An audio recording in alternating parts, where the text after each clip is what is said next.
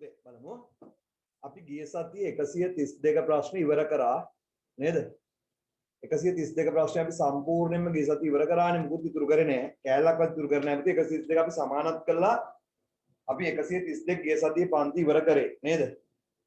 132 සම්පූර්ණයෙන් ප්‍රශ්නෙම අපි සමානත් කරලා ඉවර කරා. එහෙනම් අද තියෙන 133. හරි. ඉතින් අද මගේ ටාගට් එක 133යි. 134යි ඉවර කරන්න. 134 බලමු. 133 නම් පුතේ අද ඉවර කරගන්න පුළුවන්. අපි පොඩ්ඩක් වේගෙන් වැඩ කරමු. හරි 133 පුතේ අලුතෙන් ඉගෙන ගන්න තියෙන අපිට වැට් කියන කතාව විතරයි. හරි ඒක අපිට මම ටක් ගාලා වෙලාවට පටන් ගත්තේ. අද අපිට වෙලාව වඩනවා. හරි බලන්න පුතේ 133 2021 3.31 දිනට දිනදු වික්‍රමසිංහ ව්‍යාපාරයේ ශේෂ පරීක්ෂම් පහක් දැක්වේ. 2021 3.31 දිනට දිනදු වික්‍රමසිංහ ව්‍යාපාරයේ ශේෂ පරීක්ෂම අපිට දීලා තියෙනවා පුතේ. ශේෂ පරීක්ෂම අතාරින්නකෝ. අමතර තොරතුරු බලන්න. මේ අමතර තොරතුරු අපිට 7ක් දෙනවා. 21 3.31 දින ඉතිරි තොගේ පිරිවැය 40යි 40000යි ශුද්ධ උපලබ්ධයගේ 46000යි. හරි 40යි 46000යි. හරි මොකක්ද ශුද්ධ උපලබ්ධයක් කියලා අලුත් කතාවක්. මෙච්චර හදපු එක් ගානකවත් තිබ්බේ නැහැ එහෙම කතාව. මේකේ අලුත් දෙයක්. ලැබිය යුතු කොමිස් 6000යි. ඉතින් තුන්වෙනි එකේ මෝටර රථයන් ණයට ගත්ත කතාවක්. හතරවෙනි එකේ ෂෙය පහේ භාණ්ඩ පරිත්‍යාගයක්. ඉතින් භාණ්ඩ පරිත්‍යාග කළ විකුණන දින භාණ්ඩ වලින් අඩු වෙන්න ඕනේ. හයේ තියෙන EPF එකයි ETF එකයි. හතේ තියෙන්නේ වැඩ් බදු 108කී විකුණුම් වලින් ගැනුමුනේ හරි. ඉතින් වැඩ් කතාව තියෙනවා මේ ගානේ අලුතෙන් ඉගෙන ගන්න. හරි. පොඩ්ඩක් අපේ වේගෙන් හදමු. දන්නේ ගැලපි ටික අපිට අටක් ගාලා කරමු. හරි. එහෙනම් ඉතින් අපෙන් ඉල්ලන්නේ ආදායම් ප්‍රකාශය කියන්නේ වෙනදා ලාභ ගිණුමයි මූලදත්ත ප්‍රකාශයයිනේ. හරි. ආදායම් ප්‍රකාශය මූලදත්ත ප්‍රකාශය. අපි ටක් ගාලා රූල් කළ පුතේ ගාන හදමු. වේගෙන් පොඩ්ඩක් වැඩ කරමු. උඩින් ලියන්න පුතේ දිනදු වික්‍රමසිංහ ව්‍යාපාරය. අපි වේගෙන් හදමු. දිනදු වික්‍රමසිංහ ව්‍යාපාරය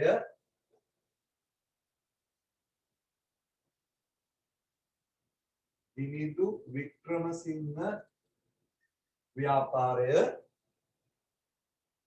2021යි 3.31 තියෙන අවසන් වසර සඳහා 2021යි 3.31 දිනෙන් අවසන් වසර සඳහා වෙළඳ හා ලාභ ගිණුම වෙළඳ හා ලාභ ගිණුම කියලා ලියවන්නේ නේද පුතේ ඔක්කොම බලන්න.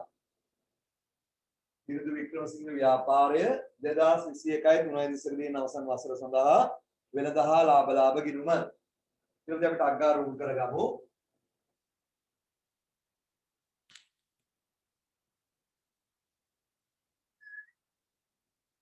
ඉරු දෙකයි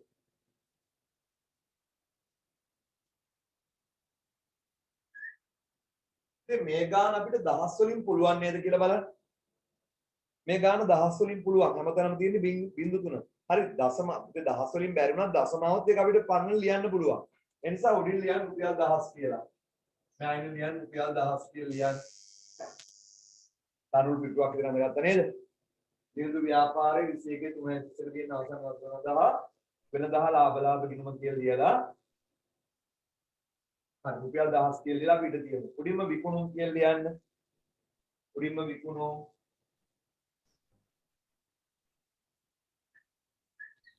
හරි උඩින්ම විකුණුම්.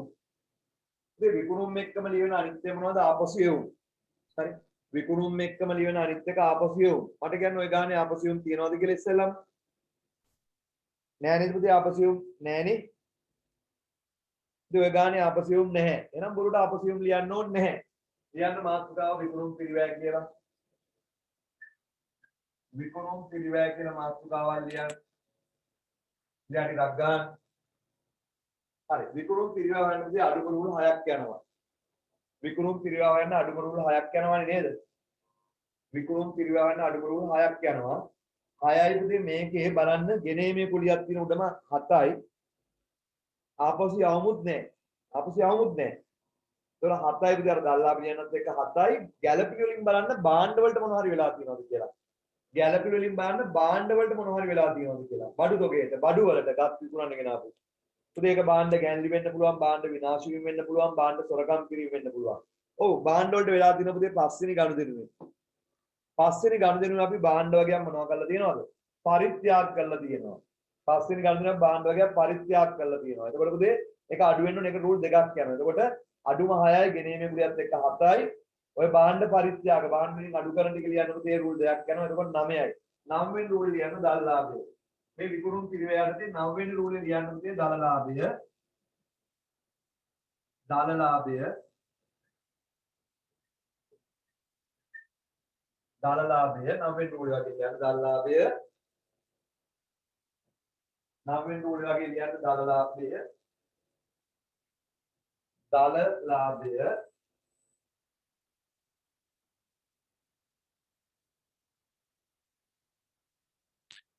ඊට උඩ රෝලේ විකුණුම් පිරිවැය තේකලින් දෙවන තුල වරහන් දෙක ටිකක් ගන්න.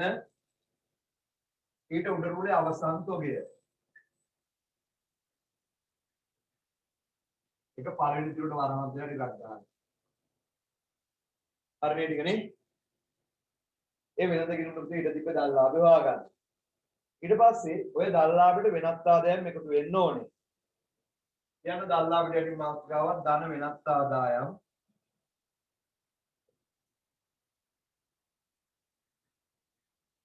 ධන වෙනත් ආදායම්. හරි. මේ වෙනත් ආදායම් මොකද එකක්ද කොහෙද තියෙන්නේ කොමිස්ද කොහෙද? වෙනත් ආදායම් රූල් දෙකක් වගේ අතර ලියන්න රින බෙද හැරීමේ පිරිවැය.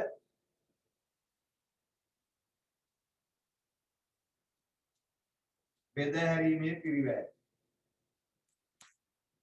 වෙනත් ආදායම් වල රූල් දෙකක් විතර අතහැරලා ලියන්න. බෙද හැරීමේ පිරිවැය. බෙද හැරීමේ තමයි පුතේ රූල් මේක බැලුවා රූල් 4ක් 5ක් අතහැරලා දාන්න. රූල් 4ක් 5ක් විතර අතහැරින් බෙද හැරීම පිරිවැය වලට. ඊට පස්සේ පරිපාලන වියදම්.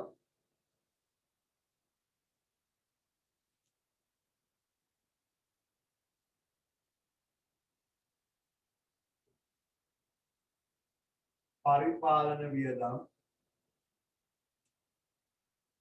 දැන් පරිපාලන වියදම් ඔබ තියනවා බැලුවාම උඩින් වැටුප්පා වේතන 1යි ලිත්‍රව්‍ය 2යි අර්ථ සාධක 3යි ETF 4යි නීති උපදේශ 5යි විදුලි 6යි දුරකථන 7යි 7යි පුතේ ඔය පැත්තෙන් 7යි හැබැයි ෂෙයාර් තියෙනවා. හරි රූල් 8ක් 9ක් වගේ අතාරි රූල් 8ක් 9ක් වගේ අතාරලා ලියන්න වෙනත් වියදම්.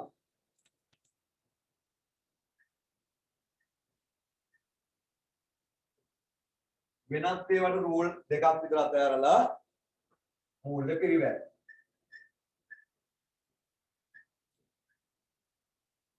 මූල්‍ය පිරිවැය. හරිනේ? හරි. ඔය ඉඳ තියාගත්ත පුතේ වෙනදා ලාභ ගිණුමට ගැළපි වලින් පසු ආදායම් වියදම් ලියන්න තමයි ඔය ඉඳ තිබ්බේ. ගැළපි වලින් පස්සේ තියෙන ආදායම් වියදම් ලියන්න තමයි ඔය ටික අපි ඉඳ තිබ්බේ. හරි. දැන් අපි අඳගමු මූල්‍ය தත්ත්ව ප්‍රකාශය. මූල්‍ය தත්ත්ව ප්‍රකාශය අඳගමු.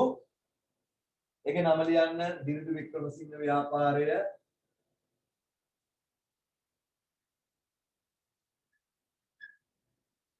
දිනිඳු වික්‍රමසිංහ ව්‍යාපාරය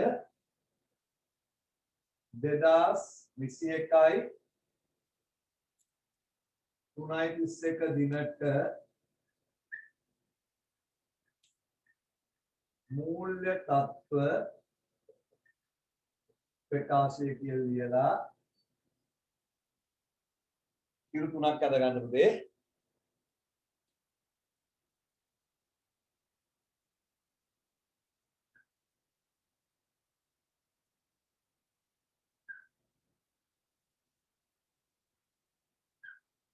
එකත් අපි දහස් වලින් හදමු. ඒ නිසා අයින්ට වෙන රුපියල් 1000 කියලා ලියන්න. ඒකත් අපි දහස් වලින් හදන නිසා මේ අයින්ට වෙන රුපියල් 1000 කියලා ලියන්න. රුපියල් 1000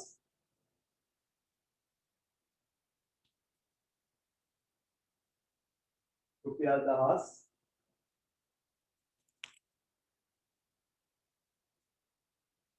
ලියන්න මෙතන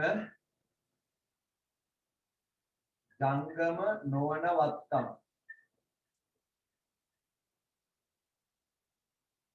ජංගම නොවනවත්කම් මේ ජංගම නොවනවත්කම් අපි බෙදනවානේ ගත්ත ගාන දිනවා මෙතන අයිනේ පිරිවැය වත් සමුෂය ධාරණය ජංගම නොවනවත්කම් පිරිවැය සමුෂය ධාරණය ඔබේ ජංගම නොවනවත්කම් තුනක් වගේ තියෙනවා එකතුවත් එක්ක හතරයි ඉතින් මේකේ කීර්තිනාම ආයෝජන ආරම්භන මුකුත් නෑ ස්පෘශවත්කම් රූල් පහක් විතර අතහැරලා දාන්න ජංගම නොවනවත්කම් රූල් පහක් වගේ අතහැරලා ජංගමවත්කම් කියලා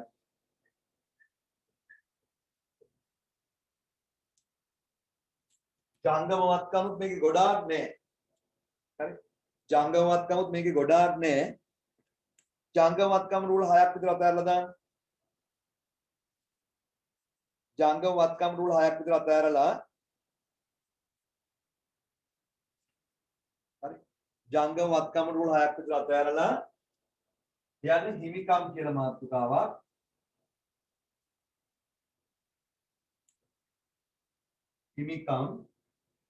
හිමිකම් මැදදී පුතේ අර ප්‍රාග්ධන ගිණුමයි ලාභ ගිණුමේ සුද්ධ ලාභයයි ගැලි ටිකයි ලියන එක රූල් 5ක් අතහැරලා ලියන්න ජංගම නොවන වගකීම් ජංගම නොවන වගකීම් කියලා මාතෘකාවන් ලියන්න ටිකක් ගන්න ජංගම නොවන වගකීම් කියලා මාතෘකාව ලියන්න ටිකක් ගන්න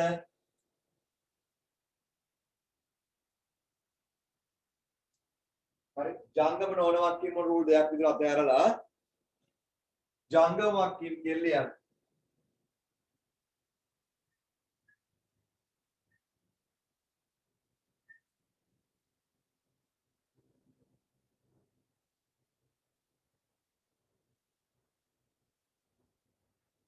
හරි ගාන රූල් කරගත්තද ඒ ගාන රූල් කරගත්තාම තේ ගාන සෑහෙන ප්‍රමාණයක් අපි හදලා ඉවරයි වගේ තමයි ඈ ගාන රූල් කරගත්තනේ ඔක්කොමලා නේ පුතේ හරිනේ වෙනදා ලාභ ගිණුම මූල තත්ත්ව ප්‍රකාශය හරි දැන් අපි ගාන හදමු ලේසි පුතේ ටක් ගාලා හත් එකනේ ගාන ඉතින් මේ ගාන අපි හදන්නේ දහස් වලින් හදද්දිවා මතක තියාගන්න පුතේ ඉලක්කම් ලියද්දි මේ අයින්ට කරලා ලියන්න එපා මැද්දට කරලා ලියන්න. ඇයි ඒ දශමනොත්තේ ලියන්න.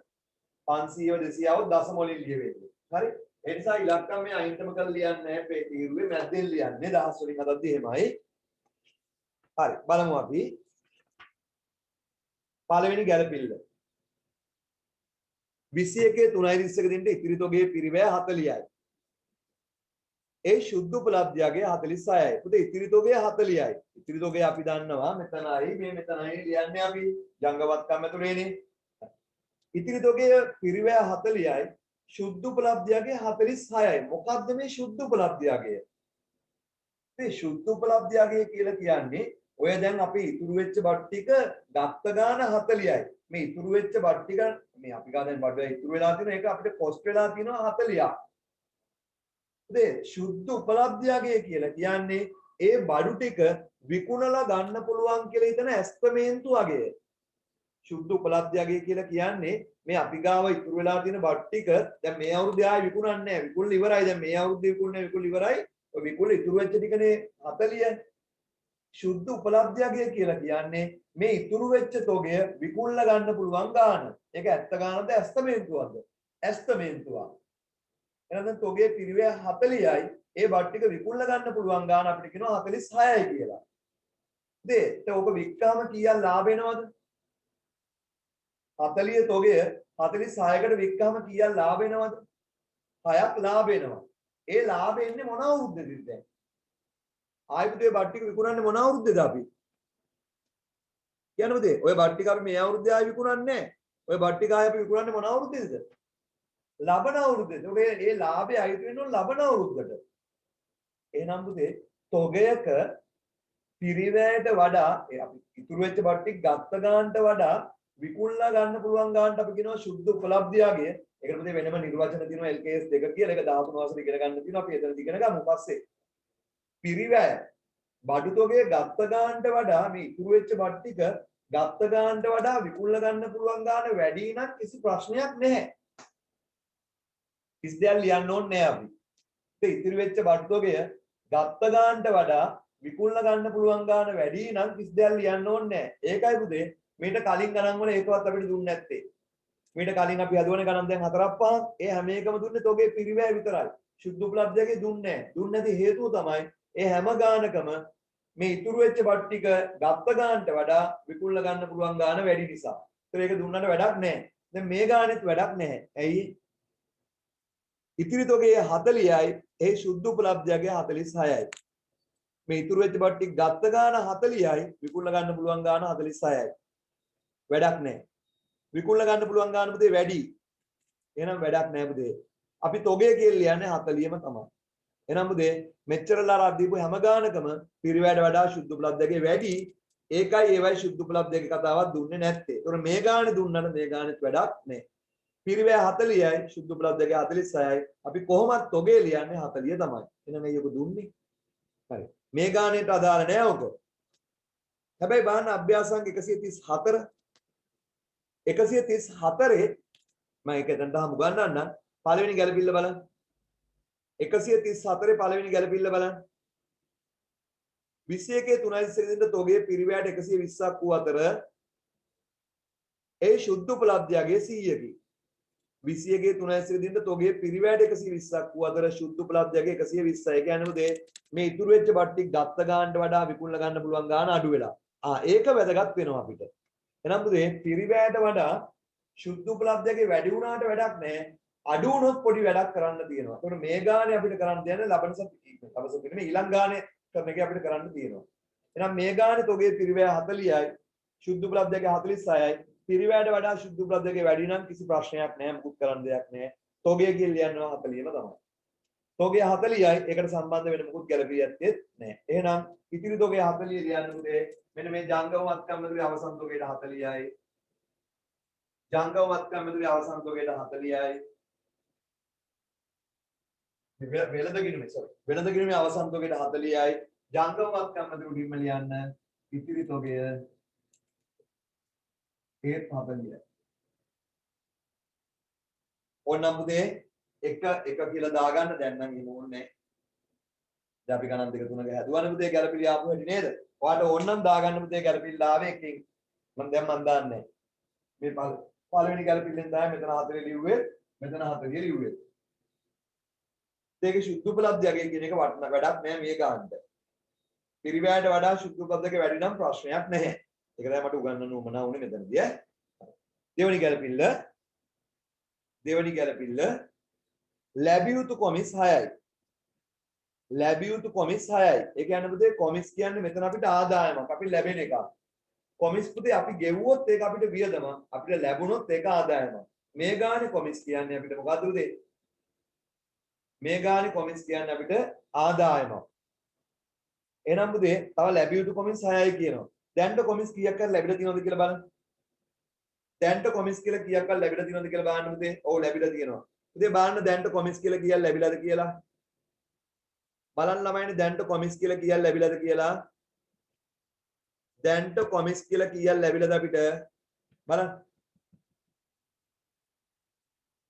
පුතේ දැන්ට අපිට කොමිස් කියලා ලැබිලා තියෙනවා බැරපැත්තේ ලැබිලා තියෙන්නේ බැරපැත්ත 12යි.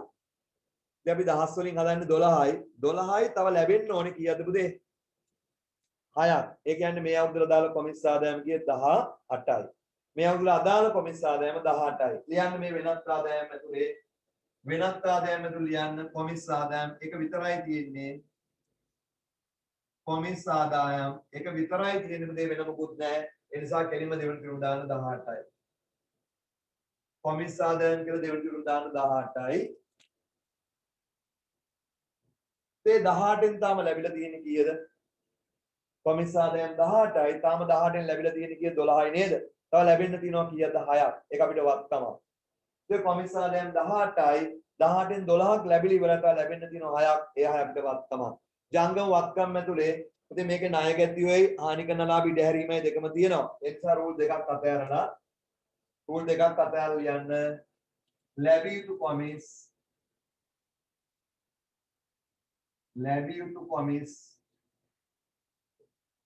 රූල් දෙකක් අතහැරලා ලියන්න ලැබිය යුතු කොමිස් කීයද ලැබිය යුතු කොමිස් 6යි.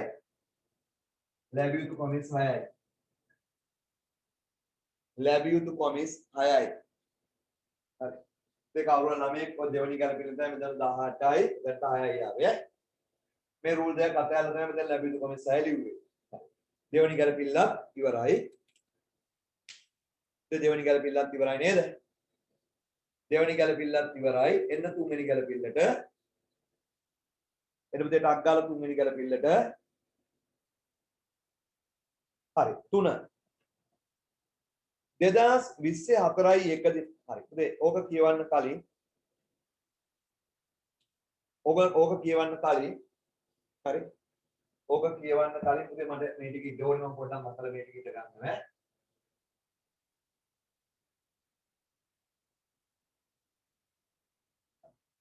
පුතේ මෝටර රථයක් ණයට ගත්තොත් කොහොමද ලියන්නේ මෝටර රථයක් ණයට ගත්තොත් කොහොමද ලියන්නේ කියන්නේ ඔය ගැලපිල්ල මම කියවන්න නැතුව මේ අහන්නේ. පුතේ මෝටර රථයක් ණයට ගත්තොත් ලියන්න ඕනේ. මෝටර රථයක් ණයට ගත්තොත් ලියන්න ඕනේ. මෝටර රථ ගිණුමයි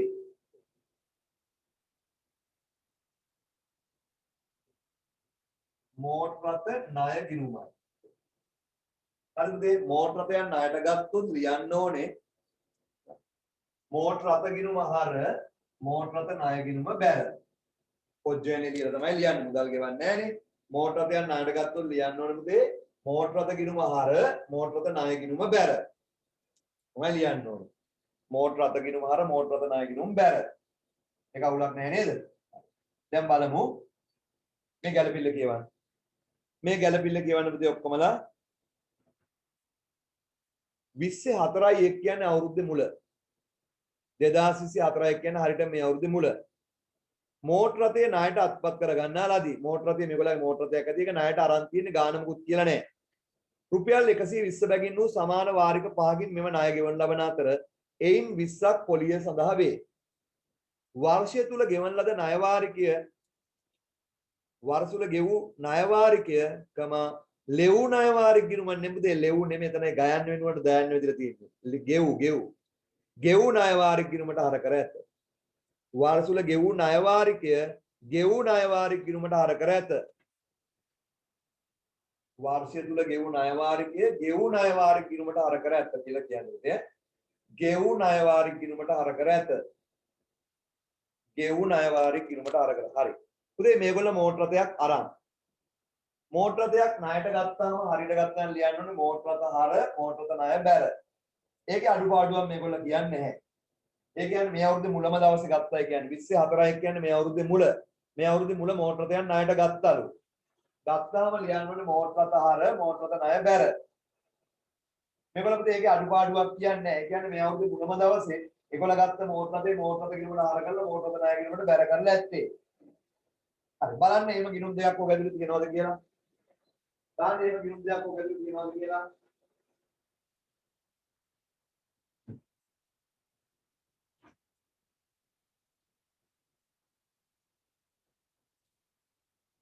හරිද? ඉතින් මෝටර රථය ණයට ගත්තාම ඒක මෝටර රථ හර මෝටර රථ ණය ගිණුම බැර. මේගොල්ලෝ ඒක ලියලා බලන්න ඕකේ ශේෂ පිරික්ෂුනේ අවුරුදු මුලනේ ගත්තයි කිව්වේ. මෝටර රථ කියලා ගිණුමකුත් තියෙනවද? තියෙනවා. ඒකේ 500ක් තියෙනවා. අපි 1000 වලින් ගන්නෙ. මෝටර රථ ගිණුමේ හර පැත්තේ පුතේ 500ක් තියෙනවා දැක්කද? රථ වාහන කියලා තියෙන එක තමයි 500යි. මෝටර රථ ණය කියලා මෝටර රථ ණය කියලා බැර පැත්තේ 500කුත් තියෙනවා. ඒ කියන්නේ ඒගොල්ලා ඉතින් මෝටර රථේ හරියට ගත් එක ලියලා මෝටර රථ ගිණුමට 500 හර කරලා මෝටර රථ ණය ගිණුමට 500 බැර කරලා. ඒක 100%ක් හරි. එහෙනම් එතන අපිට හදන්න දෙයක් නැහැ. ඒක හරි. ඊට පස්සේ කියනවා මේගොල්ලා අන්න ඉතුරු ටික අහගන්න. ඉතුරු ටික අහගන්න. ඉතුරු ටික බලන්න මේගොල්ලා කියනවා රුපියල් 120 බැගින් වූ සමාන වාරික පහකින් මෙම ණය ගෙවන ලබන අතර එයින් 20ක් පොලිය සඳහා වේ. හරිද? මට කියන්න මේගොල්ලා මේ ණය ගෙවන්නේ 120 පහක්. 120 පහක් කියන්නේ 600ක්. මේ මෝටර ණය කියන්නේ 500යි. පොලිය ඔක්කොම 100යි එකයි. ඉතින් පොලිය මේ අවුරුද්දට දාන පොලිය 20යි. ඉතින් මේගොල්ලෝ කියනවා 120 බැගින් වූ සමාන වාරික පහකින් මෙම ණය මුදල ගෙවනවලු. ඒකෙන් 20 පොලියක් 20ක් පොලියලු. ඒ කියන්නේ මේගොල්ලෝ හැම අවුරුද්දම 120 ගානේ ගෙවනවා. 120 ගෙවුවාම හරියට ලිව්වනම් කොහොමද ලියන්න ඕනේ? මේගොල්ලෝ 120ක් ගෙවන එක ලියනවා. මුදල් බැර 120යි හරියි. මේ මුදලේ 120ක් ගෙවුවා මුදල් බැර වෙන්න ඕනේ 120යි එක හරියි. මුදල් 120ක් බැරලා කොහෙද හර වෙන්න ඕනේ මුදේ කියන්නේ? මේ 120 මෝටරද ණය ගිණුමට හර කරන්න පුළුවන්ද? බෑ මේ 120න් ණයෙන් ගෙවන්නේ 100යි. එහෙනම් මුදේ ණය පොලි මෝටරද ණය පොලි කියලා ගිණුමකට මෝටරද ණය පොලි කියලා ගිණුමකට මේකෙන් 20ක් හර වෙන්න ඕනේ. එතකොට මෝටරද ණය ගිණුමට හර වෙන්න ඕනේ කීයද පුතේ? මෝටරද ණය ගිණුමට හර වෙන්න ඕනේ 100යි. කොහොමනේ ලියවෙන්න ඕනේ?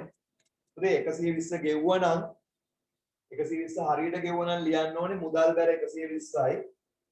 120න් පොලි ගිණුමට හර 20යි. මෝටරද ණය ගිණුමට හර 100යි. එහෙමනේ ලියවෙන්න ඕනේ නේද? දැන් මේ ගානේ බලන්න. මේ ගානේ බලන්න පුතේ කියන කතාව 20 4 මෝටරතේ ණයට අත්පත් කරන්න ලදී. ඒක හරියට ලියලා පුතේ. මෝටරත හර මෝටරත ණය බැර හරියට ලියලා ඒගොල්ලෝ ඒක කරලා. රුපියල් 120 බැගින් වූ සමාන වාරික 5කින් මෙම ණය ගෙවන ලබන අතර එයින් 20ක් පොලිය වේ. එහෙනම් පුතේ 120 ගෙවුවා නම් ලියන්න ඕනේ මුදල් බැර 120යි ණය පොලිය ගිණුමට හර 20යි මෝටරත ණය ගිණුමට හර 100යි. එහෙම ලියන්න ඕනේ. නම් මොකද වෙලා තියෙන්නේ? වර්ෂය තුල ගෙවන ලද ණය වාරිකය ගෙවූ ණය වාරික ගිණුමට හර කර ඇත. පුතේ බලන්න ශේෂ පරීක්ෂමේ ගෙවූ ණය වාරික කියලා ගිණුමක් තියනවද කියලා? ශේෂ පරීක්ෂමේ ඔව් අර අග තියෙන පුතේ ගෙවූ ණය වාරික කියලා ගිණුමක් දැක්කද? එහෙනම් පුතේ මේ ගෙවූ ණය වාරිකය හරියට ලිව්වනම් ලියන්න ඕනේ මුදල් බැර කරලා පොලි ගිණුමට හර 20යි මෝටරත මේ ණය ගිණුමට හර 100යි. එතකොට 120. නමුත් මේගොල්ලෝ එහෙම නෙමෙයි ලියලා තියෙන්නේ. ඒක ගෙවූ ණය වාරික කියලා ගිණුමකට 120ම හර කරලා මුදල් මෙතනට බැර කරලා මෙතනට හර කරලා මෙහෙම ලියලා නැහැ. උදේ ගෙවපු මුදල් 120ම මුදල් බැර කරලා ඒකෙන් 20ක් මේ ණය පොලි ගිණුමට හර කරලා 100ක් මෝටරත ණය ගිණුමට නේද හර කරන්න ඕනේ. එහෙම කළා නැහැ. මේගොල්ලෝ කරලා තියෙන්නේ මුදල් 120 බැර කරලා ඒක ණය පොලි ගිණුමට හර කරලා ණය පොලි ගිණුමට හර කරපු එක පුතේ වැරදි. එහෙනම් මොකද කරන්න ඕනේවා? මේ ගෙවු ණය පොලි කියලා ගිණුම ගෙවු ණය වාරිකනේ සෝරි. ගෙවු ණය වාරික කියලා අන්තිම ගිණුම තියෙන්නේ. ගෙවු ණය වාරික කියලා ගිණුමට 120ම හර කරපු එක වැරදි. මුදල් බැර කරලා මේ පොලි ගිණුමට 20යි මෝටරත ණය ගිණුමට 100යි හර වෙන්න ඕනේ. මේගොල්ලෝ 120 මුදල් බැර කරලා ගෙවු ණය වාරික ගිණුමට 120ම හර කරලා ඒක වැරදි. එන එක අයින් කරන්න ඕනේ. කොහොමද එන එක අයින් කරන්නේ? ඒක ගෙවු ණය වාරික ගිණුමට බැර කරාට ඒක නැති වෙලා යනවා.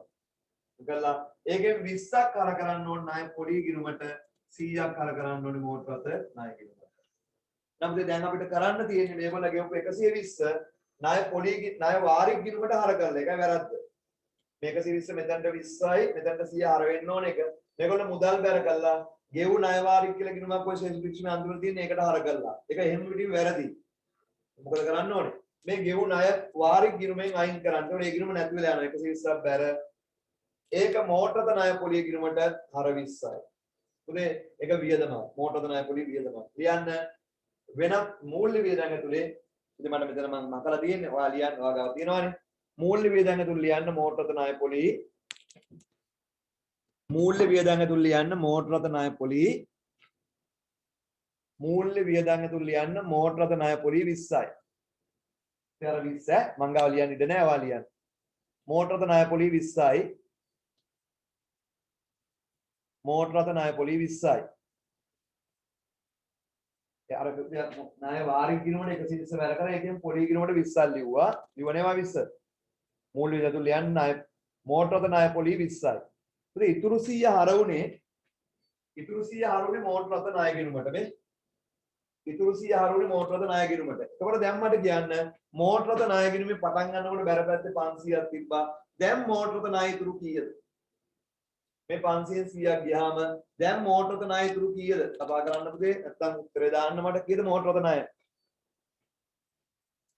දේ මෝටරත ණය ගිණුමේ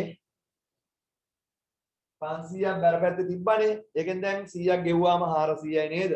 හරියට ලක්ෂ 4යි. හරිද? ලක්ෂ 4 නැත්තම් 400යි. මට කියන්න ඒ 400 මොකක්ද අපිට? ඒ 400 මොකක්ද අපිට කියන්න? ते 400 මොකක්ද කියලා කියන්න අපිට වගකීම. හරි. වගකීම. එහෙනම් දැන් ඔයා පිළිගන්නවා මුළු වගකීම 400යි. හරි. මුළු වගකීම 400යි. මම ඊට පස්සේ අහන ප්‍රශ්න මොකද්ද? ඒක මොන වගකීමක්ද? මේ 400 මොන වගකීමක්ද? වගකීම් කොටස් දෙකකට බෙදනවානේ ජංගමයි ජංගම නොවනයි කියලා. හරි. කසුන් කියලා දිනවා ජංගම නොවන කියලා. තව උත්තර තියෙනවද? ඒක මොන වගකීමක්ද? මම හරිය කිව්වේ නැහැ. කවුද තමාෂා නේද? තමාෂා නේද? එයා ජංගම කියලා දාලා අරු එකක් කිව්වම තව එකක් දාලා. හරි කමන්නේ. එක ළමයෙක් කියනවා ජංගම නොවන වගකීමලු, තව ළමයෙක් කියනවා ජංගම වගකීමලු. තව උත්තර දිනවද? පිරිමි ළමයි දෙන්නේ නැද්ද? කොයි උත්තර දුන්නේ තාම? එච්චරයි උත්තර දෙන්නේ. හරි. විනෝද් ජංගම නොවනලු. හරි බලමු අපි. දැන් උත්තර දෙක ජංගම නොවනක් කියනවා ජංගම වගකීම 400 කියලා ඔයගලන්ට තේරෙනව නේද? මම අහන්නේ ඒක ජංගමද ජංගම නොවනද කියලා. ළමයි දෙන්නේ ජංගම නොවන, දැන් තුන් දෙනයි ජංගම නොවන, එක්කෙනෙක් ජංගම. තුන් දෙනා ජංගම නොවන එක්කෙනෙක් ජංගම. කොහොම අනිත් ළමයි නැද්ද උත්තර දෙන්නේ නැද්ද මට? ගෑල් ළමයි උත්තරයක් දුන්නේ නැහැ නේ මට කවුරු. ගෑල් ළමයි උත්තරයක් දෙන්නේ නැද්ද?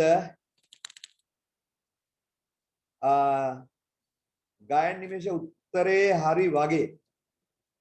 හරි. ඉතින් එක ළමයෙක් උත්තරේ හරියට දුන්නා. අනිත් කට්ටිය වැරදි. අන්තිමට දීපු ළමයා විතරයි උත්තරේ හරි. මුළු වගකීම 400යි.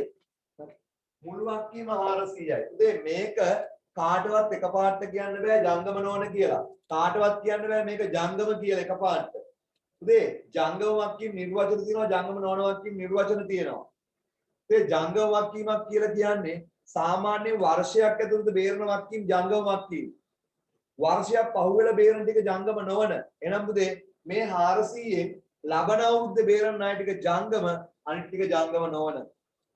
ඉතින් මේ 400න් ලබන අවුරුද්දේ බේරන ටික ජංගම අනිත් ටික ජංගම නොවන. ඉතින් 2020 භාග ප්‍රශ්න පත්‍රයේ මේක මෙහෙම බෙදන්න ආවා. ඉතින් ලබන අවුරුද්දේ බේරන ණය ටික ජංගම අනිත් ටික ජංගම නොවන. මේ අවුරුද්දේ අපිට මුළු වගකීම 400 ඇත්ත. නමුත් මේ 400න් ලබන අවුරුද්දේ බේරනවා කීයක්ද? 100ක්. ඉතින් ණයෙන් මේ 400න් ලබන අවුරුද්දේ බේරනවා 100ක්. කොහොමද 100යි කියලා කියන්නේ? හැම අවුරුද්දෙම වාරික 120යි කියනව නේද? හැම අවුරුද්දෙම ණය වාරික 120යි කියනවනේ. ඒතකොට ලබන අවුරුද්දේ ණය වාරික 120ක් ගෙවුවට ඒ 120න් 100ක් ලබන අවුරුද්දේ පොලිය නේද? ඒ කියන්නේ මේ ලබන අවුරුද්දේ ණයෙන් බේරන්නේ කොච්චරද? ලබන අවුරුද්දේ 120ක් ණය වාරිකයේ ගෙවුවට ඒකෙන් 20ක් පොලිය. ඒ කියන්නේ ලබන අවුරුද්දේ මේකෙන් 100ක් බේරනවා. ඒ කියන්නේ ජංගම වගකීම 100යි. තාම බේරුවේ නෑ මේ 400 මේ අවුරුද්දක වගකීමක්. නමුත් ඒ ලබන අවුරුද්දේදී මේ 400න් 100ක් බේරනවා. ඒ කොහොම 100යි කියන්නේ? ඒ ණය වාරික 120යි ඒකෙන් 20ක් පොලිය අඩු කරාම ණයෙන් බේරන්නේ 100යි. එහෙනම් ජංගම නොවන වගකීම පුතේ මේ 400න් මේ 100 අඩු වුණාම ජංගම නොවන වගකීම 300යි. මුළු වගකීම් පුතේ 400යි ඒකෙන් ජංගම 100යි ජංගම නොවන 300යි. ඉතින් 2020 ඕක කෙලින්ම බෙදන්න විභාග ප්‍රශ්නකට ආවා. හරි. ඔයම ඉගන්නේ ඔයගලන්ට ගිණුම් කරන සමීකරණ උගන්න කාලෙම ඉගන්නවා පොඩි කාලෙම. ඉතින් එහෙනම් මුළු වගකීම 400යි ජංගම වගකීම මෙදුලේ 100යි ජංගම නොවන වගකීම මෙදුලේ 300යි. ජංගම වගකීම මෙදුල ලියන්න මෝට් රථ ණය ජංගම වගකීම මෙදුල ලියන්න පුතේ මෝට් රථ ණය ජංගම වගකීම මෙදුල ලියන්න මෝට් රථ ණය කීයද? ජංගම වගකීම මෙදුල ලියන්න මෝට් රථ ණය ජංගම වගකීම මෙදුල ලියන්න මෝට් රථ ණය 100යි දෙවෙනි ටිකට දාන්න 100යි ජංගම වගකීම මෙදුල ලියන්න මෝට් රථ ණය 100යි ජංගම නොවන වගකීම මෙදුල ලියන්න මෝට් රථ ණය දේ ඒකත් දෙවෙනි ටිකට දාන්න තව බැංකු ණයකුත් මේක තියෙන නිසා මෝට් රථ ණය කියලා ජංගම නොවන වගකීම වල දාන්න 300යි. ඒතකොට 300යි 100යි මුළු වගකීම 400යි.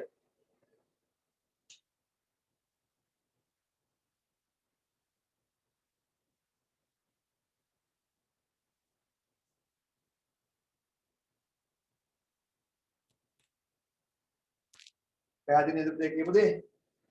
ජංගම වගකීම් ඇතුලේ මෝටර රථ ණය 100යි ජංගම නොවන වක්කීම ඇතුලේ මෝටර රථ ණය 300යි. කාටවත් ගැටලු ප්‍රශ්න තියෙනවා නම් අහන්න පුළුවන්. ඒ කාටවත් ප්‍රශ්න නැහැ නේද? කාටවත්ම ගැටලු මුකුත් නැහැ නේ? හරි නේද? එහෙනම් එච්චරයි. මේ මෝටර රථ කතා ඉවරයි. මෝටර රථ ණයට ගත්ත කතා ඉවරයි. ෂෙයා පස්සේ බලමු අපි. ඉවරයි නේද ඒක? හරි. ඊට පස්සේ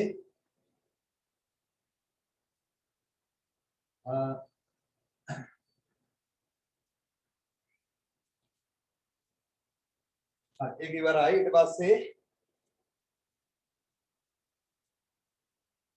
මොකද පුතේ අහන ප්‍රශ්නේ මගෙන් කලින් අවුරුද්දටනේ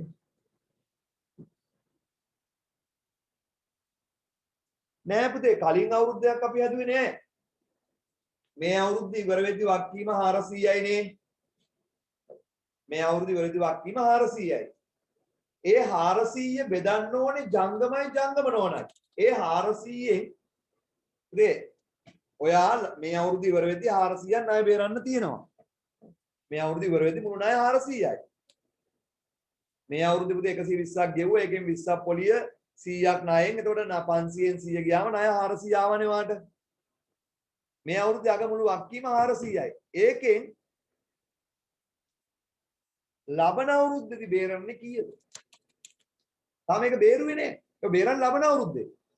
ඒකෙන් ලබන අවුරුද්දේ බේරන්න බලාපොරොත්තු වෙන ටික ජංගම අනිත් ටික ජංගම නොවන. ඉතින් ඕකේ ඔය 400න් ඔයා ලබන අවුරුද්දේ ණය වාරික 120ක් ගෙවන්නම් කියලා පොරොන්දු වුණානේ. ඒ කියන්නේ ඒ 120න් 20ක් පොලිය කියන්නේ ඔය 400න් ඔයා ලබන අවුරුද්දේ 100ක් ගෙවන්න බලාපොරොත්තු වෙනවා. ඒ 100 ජංගම එහෙනම් ජංගම නොවන වක්කීම 400යි.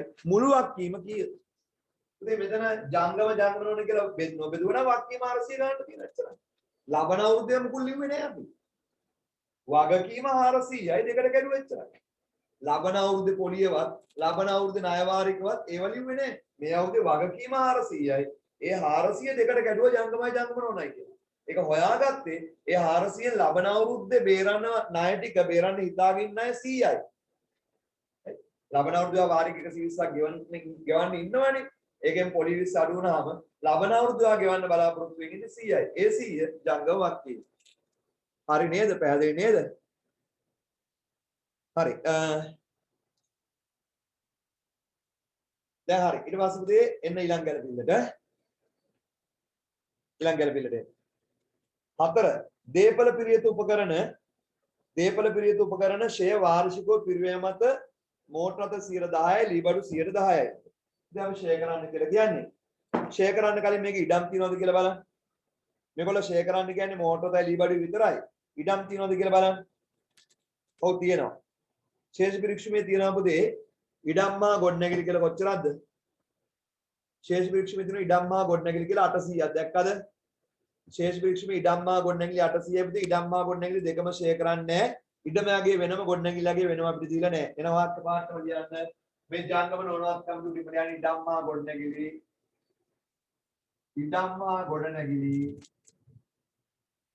ඉර්ධගාන 800යි. මේ පිරිවැයට දාන ඉඩම්මා ගොඩනැගිලි මෙතර කරලා ලියන්න 800යි. 800යි. ඉතින් ඉඩම් ගොඩනැගිලි ෂෙයා කරන්නේ එහෙනම් සමුෂ්‍යයක් නැහැ. එහෙනම් ධාරණගයක් කීයමද? ධාරණගයක් 800මයි. හරි. ඊට පස්සේ පුතේ ඉඩම් ගොඩනැගිලි ෂෙයා කරන්නේ නැහැ. මෝටර රථේ ෂෙයා කරනවා. පුතේ මෝටර රථේ පිරිවැය ලක්ෂ 5 ඒගොල්ලෝ එක ලියලා තිබ්බා මෝටර රථ කිනුම ආර මෝටර රථ ණය බැර. හරි. එහෙනම් මෝටර රථේ පිරිවැය මෙතන ලියන්න. මෝටර රථේ පුතේ පිරිවැය 500යි.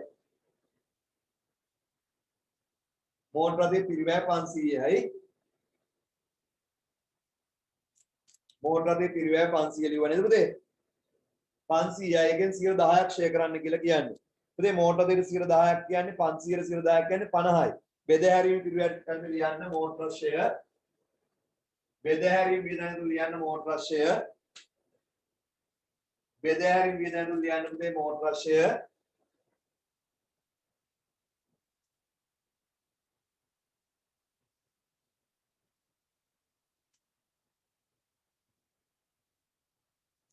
හරි ඔයගොල්ලෝ යන්න මෝටර ෂෙයා කරන්න මම පොඩි වැඩක් කරන්න.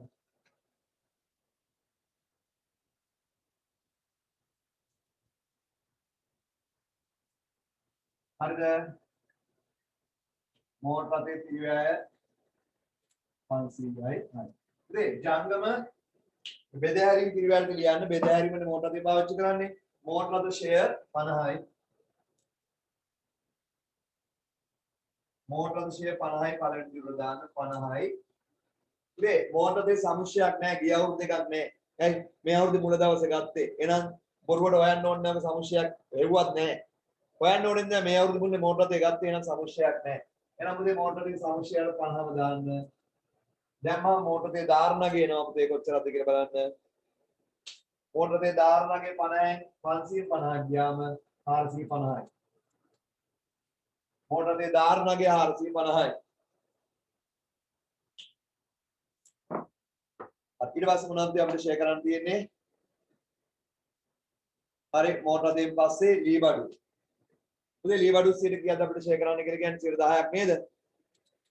ලී බඩු 10ක් ෂෙයා කරන්න කියලා කියන්නේ අපිට ගැළපිල්ල බලන්න. ලී බඩු 10ක්. ඔව්. පුතේ ලී බඩු පිරිවැය බලන්න කීයද කියලා ලී බඩු පිරිවැය 400යි. කියන්න පුතේ මෙතන ලී බඩු පිරිවැය 400යි. කියන්න ලී බඩු පිරිවැයට 400 ලියන්න 400යි. ඉතින් ලී බඩු 400යි 10ක් කියන්නේ 40යි. පරිපාලන වියදම් කියන්නේ ලී බඩු ෂෙයර්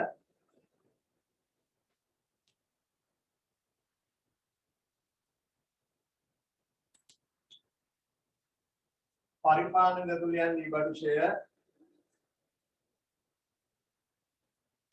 40යි 40යි පරිපාලන දුල්ලියන් ලී බඩු ෂෙයර් 40යි. නමුත් පුතේ ඔයාලට මෙතනට එකපාරට 40 දාන්න බෑ ලී බඩු වලයි. මෝටර වල නම් දැම්මම කලින් තිබ්බේ නැති නිසා. ඉතින් ලී බඩු වල මීට කලින් කරපු ෂෙයර් කොච්චරක් තියෙනවද කියලා බලන්න. ලී බඩු වල මීට කලින් කරපු ෂෙයර් කොච්චරක් තියෙනවද කියලා බලන්න පුතේ. ලී බඩු වල මීට කලින් කරපු ෂෙයර් තියෙනවා සමුච්චය 100ක්. 100ක් තියෙනව නේ පුතේ. 100යි මේ 40යි 140යි. ඒක පුතේ ලී බඩු වල සමුච්චය 140යි. तो ली बडूल धारणा गेनो पुते 400 140ක් ගියාම 260ද ली बडूल धारणाගේ 260යි ली बडूल धारणाගේ 260යි ली बडूल धारणाගේ 260යි එහෙනම් මේ ටික එකතු කරලා යටින් දෙකුත් ගන්න මෙතන පුතේ බිඳුවයි 8යි 5යි 13යි 17යි මෙතන 190යි බිඳුවයි 5යි 6යි 11යි එක දැම්මා එකක් ඉතුරුයි 1 8යි 9යි 9යි 4යි 13යි 2යි 15යි 1510යි 1510යි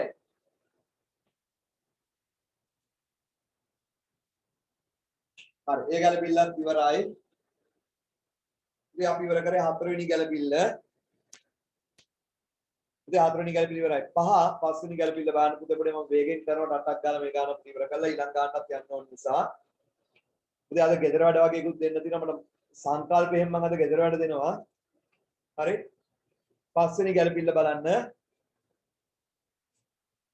අටක භාණ්ඩ පරිත්‍යාග කර ඇත ඒ පිළිබඳව කිසිවක් පොත්වල සටහන් කර නැත ඉතින් අටක භාණ්ඩ පරිත්‍යාග කරලා අටක භාණ්ඩ පරිත්‍යාග කරලා පුතේ භාණ්ඩ පරිත්‍යාග කරා නම් මේ ආරම්භක ගැණුම් වලින් නේද අඩු වෙන්න ඕනේ.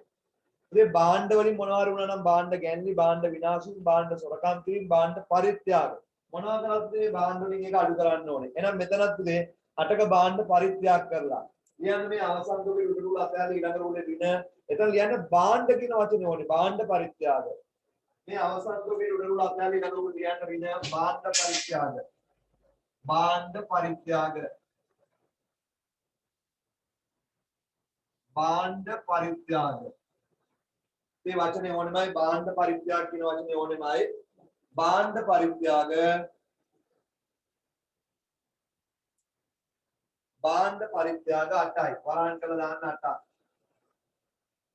භාණ්ඩ පරිත්‍යාග 8යි ඉතින් පරිත්‍යාග කරලා අපිට කිසිම දෙයක් ලැබෙන්නේ නැහැ පිල් ලැබෙනවා පිල් ලැබුණාට වැඩක් නැහැ පුතේ මුදලින් නැගේ කරන්න බෑනේ එහෙනම් පුතේ එතනින් 8ක් අඩු කරා ඒ වගේ මේ 8 මොකක්ද අපිට කියන්නේ ඒ වගේ මෙයාට අපිට අලාභයක් වියදමක් එහෙනම් මේ මෙතන ඇතුළේ වගේ වෙනත් වියදම් කියලා මම මකලා තියෙන ඒවා වෙනත් වියදම් ඇතුළේ ලියන්නේ මේ පරිපාලන වියදම් වලට යන්නේ වෙනත් වියදම් කියලා වෙනත් වියදම් ඇතුළු ලියන්න. වෙනත් වියදම් ඇතුළු ලියන්න. එතන භාණ්ඩ කියන වචනේ ඕනේ නැහැ. එතන පරිත්‍යාග කියලා දෙවන පිටුම දාන්න 8ක් ඒක විතරයි තියෙන්නේ. පරිත්‍යාග විතරදී වෙනත් වියදම් කියලා ඇති වාගේ මේ පරිපාලන දැනග වෙනත් වියදම් කියනෝනේ ඒක ඇතුළු ලියන්න. එතන භාණ්ඩ කියන වචනේ ඕනේ නැහැ. මෙතන භාණ්ඩ පරිත්‍යාග. එතන පරිත්‍යාග. එතන අලාභය අපිට පාඩුව 8යි. මෙතන වෙනත් වියදම් ඇතුළු ලියන්න මේ පරිත්‍යාග කියලා 8යි. ඒක විතරයි තියෙන්නේ කෙලිම දෙවන පිටුමට දාන්න. පරිත්‍යාග 8යි. පරිත්‍යාග 8යි. පරිත්‍යාග 8යි. ඒක විතරයි තියෙන්නේ කෙලිම දෙවන පිටුමට දාන්න. දැන් මම නේද? පරිත්‍යාග 8යි. මේක මම ලිව්වේ නෑ මට මේ ටික විඩෝන් නිසා. පරිත්‍යාග 8යි. හරි? ලිවනේ පරිත්‍යාග 8. ඔව්. පරිත්‍යාග 8යි. ඊළඟට යමු අපි ඊළඟට යමු ඉක්මනට.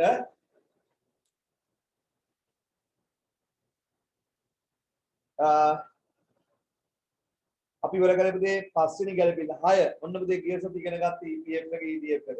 පුතේ EPF එකට කවුද දායක වෙන්නේ? EPF එකට සේවකයයි පුතේ EPF එකට කවුද දායක වෙන්නේ? EPF එකට සේවකයයි දෙන්නම්. EPF එකට දායක වෙන්නේ සේවකයා විතරයි. ආයතනය විතරයි. මේ EPF එකට දෙන්නම. EPF එකට ආයතනය විතරයි ඈ. කඩ ගන්න එපා. EPF කියන්නේ සේවක අර්ථ සාධක අරමුදල. EPF කියන්නේ සේවා නියුක්තියන්ගේ බාරකාර අරමුදල. දෙගොල්ලම දායක වෙන එක P Provident Fund. මේ අහගෙන ඉමු. අහගෙන ඉමු මේ ටික මේ ආයතනයකට සේවකයෙක් 100කට බඳව ගත්තොත් 100ක් පඩි දෙන්නම් කියලා බඳව ගත්තොත් පුතේ ආයතනයේ වැටුප් කියන වියදම 100යි. ඒකට දල වැටුප කියලා කියනවා. මේ සේවක 100ක් දෙන්නම් කියලා සේවකයෙක් බඳව ගත්තොත් ආයතනයේ වැටුප් කියන වියදම 100යි. නමුත් පුතේ මේකෙන් සේවක අර්ථසාධක අර්ථකලේ සේවක දායකයේ 10 නම් ආයතනයේ දායකයේ 15යි නේ. නමුත් පුතේ ලංකාවේ මේක නෙවෙයි ක්‍රියාත්මක වෙන්නේ. ලංකාවේ ක්‍රියාත්මක වෙන්නේ සේවකයෙන් 8යි ආයතනයෙන් 12යි. ඇයි මේක කිසිම ආයතනයක් ගන්න ඇයි? සේවකයෙන් 10ක් කැපුවොත් ආයතනයෙන් 15ක් දෙන්න තියෙනවනේ. ඔයා ආයතනයක අයිතිකාරණයක් නම් ඔයා 15ක් දාන්න කැමති නෑ. ඔයා කැමති අඩු ගන්න. ඒ කියන්නේ පුතේ ආයතනයක් තෝරගන්නේ 12. ආයතනයෙන් 12යි. එතකොට සේවකයන් පඩි කපන්න 8යි. එතකොට ඉතින් ඔයා සේවකයෙක්ව බඳව ගත්තොත් 100ක් පඩි දෙන්නම් කියලා ඔයාගේ පැත්තෙන් මුළු වියදම වැටුප 100යි. වැටුප 100යි. ඔයාගේ EPF වියදම හරිද වැටුප 100යි. ඔයාගේ EPF වියදම පුතේ 12යි. එතකොට මුළු වියදම ඔයාගේ වෙන්නේ 112යි ඈ. වැටුප 100යි EPF වියදම 12යි. ඔයා 100කට සේවකයෙක් බඳව ගත්තොත් 100ක් පඩි දෙන්නම් කියලා ඔයා ආවා EPF එකේ රෙජිස්ටර් කරොත් ඔයා 12යි පඩියෙන් 8යි. ඒකට ඔයා 12යි දාන්නේ පුතේ. ඒත් ඔයාගේ පැත්තේ මුළු වියදම වැටුප් කියන වියදම 100යි EPF කියන වියදම 12යි. හරි. හැබැයි ටක් සේවකයෙක් මේ ගානේ තියෙන 12 කතාව 12 8 කතාව ඒකයි. සේවකයෙක් 100කට බඳව ගත්තා නම් ගෙව්වා හෝ නැතා දල වැටුප 100යි. හැබැයි අපිට මේකෙන් 8 අඩු කරලා සේවකයා අතර දෙන්නේ කීයද? 92යි. ඉතින් මේ ගානේ මම ඔබට කියුවා නේද? සේවකයෙක්ගෙන් 12යි ආයතනයේ සේවකයන් 8යි ආයතනයෙන් 12යි ඒකයි. එහෙනම් අපිට දල වැටුප 100යි. EPF එක සේවකයන් අඩු කරගන්න සේවක දායකය 8යි අඩු කරලා අතර දෙන්නේ සුද්ධ වැටුප. සුද්ධ වැටුප 92යි. ඒ කියන්නේ පුතේ ඔයා පඩි දවසට සේවකයන්ට දෙන්නේ මේ 92. පඩි දවසට සේවකයන්ගේ අතර දෙන්නේ 92. හැබැයි ලාභ කියනවා වැටුප් කියලා ලියන්නේ 92ද? නෑ. ඒ 92කට අඩු කරමු ටික එකතු කරලා දල වැටුප තමයි ලියන්නේ. අද ඔය ගැළපිල්ලනේ. 6 වෙනි එක සේවක අර්ථසාධක මුදල සඳහා සේවක අර්ථසාධක අරමුදල සඳහා සේවක දායකයේ 12ක් වන අතර සේවක දායකයේ 8කි. එතනින් නතර කරන්න. සේවා නියුක්තියන්ගේ බාරකාර අරමුදල පස්සේ ගමු. ඒක දැම්ම ගාව ගන්න එපා. සේවා නියුක්තියන්ගේ බාරකාර අරමුදල කියන එක ගාව ගන්න එපා දැම්ම.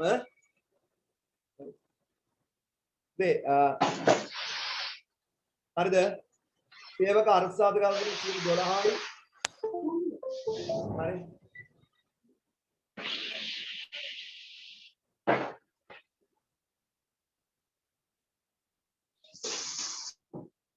ආගෙන පුතේ සේවක අර්ථසාධක අරමුදල 12යි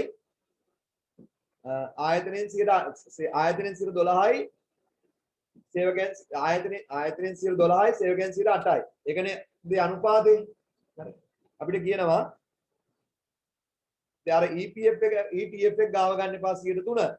සේවා නියුක්තියන්ගේ බාරකාර අරමුදල 3 කියන්නේ වෙනම ඒ කාරණා වෙනම ගැළපිල්ලක් විදිහට දුන්නා හරි. ඒක 6 දෙවෙනි ගැළපිල්ල කියලා දාගත්තත් කමක් නැහැ ඒකට. ඉතින් බලන්න ශේෂ පිරික්සුමේ වැටුප්පා වේතන කියලා කීයක්ද ගෙවලා තියෙන්නේ කියලා. ශේෂ පිරික්සුමේ තියෙනවා පුතේ මැදහරියේ මොනවා කියලාද ශේෂ පිරික්සුමේ මැදහරියේ තියෙන්නේ? ශේෂ පිරික්සුමේ මැදහරියේ තියෙනවා වැටුප්පා වේතන ශුද්ධ 46යි. වැටුප්පා වේතන ශුද්ධ 46යි. ඒ කියන්නේ පුතේ සේවකගේ අතර දීපු ගාන තමයි 46. වැටුප්පා වේතන ශුද්ධ 46යි. ඒකට අතර දීපු ගාන 46000යි. නමුත් පුතේ වැටුප් කියන වියදම එන්නේ ඒකට සේවකගේ දායකයා එකතු කරලා එතකොට නේද පුතේ දාල වැටුපනේ අපි එන්න ඕනේ.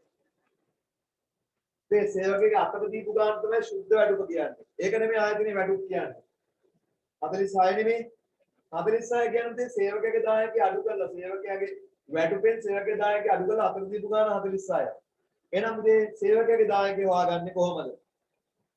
සේවකගේ දායකයා හොයාගන්නේ පුතේ මේ 46000 46000 නැත්නම් 46 100ට බලන්න. ඉතින් 46ට 100ට බලන්න කියන්නකෝ. දැන් ගිහුති මේක අපි ඉගෙන ගත්තා. 46000 100ට බලන්නේ නෑ. මේකට නෙමෙයි 100ට බලන්නේ. මෙන්න මෙතනදී උත්තරේ එන්නේ 100ට බලන්න. මේකෙන් පුතේ 100ට බලන්නේ මේකට බලන්නේ පුතේ මේක දුන්නොත් අපිට 100ට ගන්න මේකට බලන්නේ. ඒකට බලන්නේ 92කින් 8. ඒකට බලන්නේ 92කින් 8. ඉතින් බලන්න ඒකට 92කින් 8 ඊට 92කින් 8 46 මෙතන දෙකයි මෙතන දෙකයි. හරි 8 දෙකෙන් බෙදුවාම 4යි. ඒ කියන්නේ පුතේ සේවකයාගේ දායකය 4ක් අඩු කරලා තමයි වැටුපෙන් සේවකයාගේ දායකය 4ක් අඩු කරලා තමයි 46 දුන්නේ. ඒ කියන්නේ ආයතනයේ දල වැටුප කීයද පුතේ 50යි. තේරුණාද? මේ 46 කියන්නේ වැටුපෙන් 108ක් අඩු කරලා අතර දීපු ගාන. මේකෙන් 108ක්. ඒතර මේකෙන් බලන්න ඕනේ 92කින් 8ක් නේද? එහෙනම් මේ 46ට 46000ට 4000 එකතු කරලා තමයි මේ වැටුප් කියලා ලියන්නේ 50000 කියන්නේ 50යි. ලියන්න පරිපාලන වියදතුලේ ලියන්න වැටුප්පා වේතන 50යි. පරිපාලන වියදතුල ලියන්න වැටුප්පා වේතන 50යි.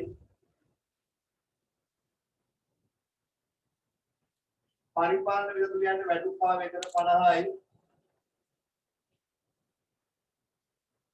පරිපාලන වියදතුල ලියන්න වැටුප්පා වේතන 50යි.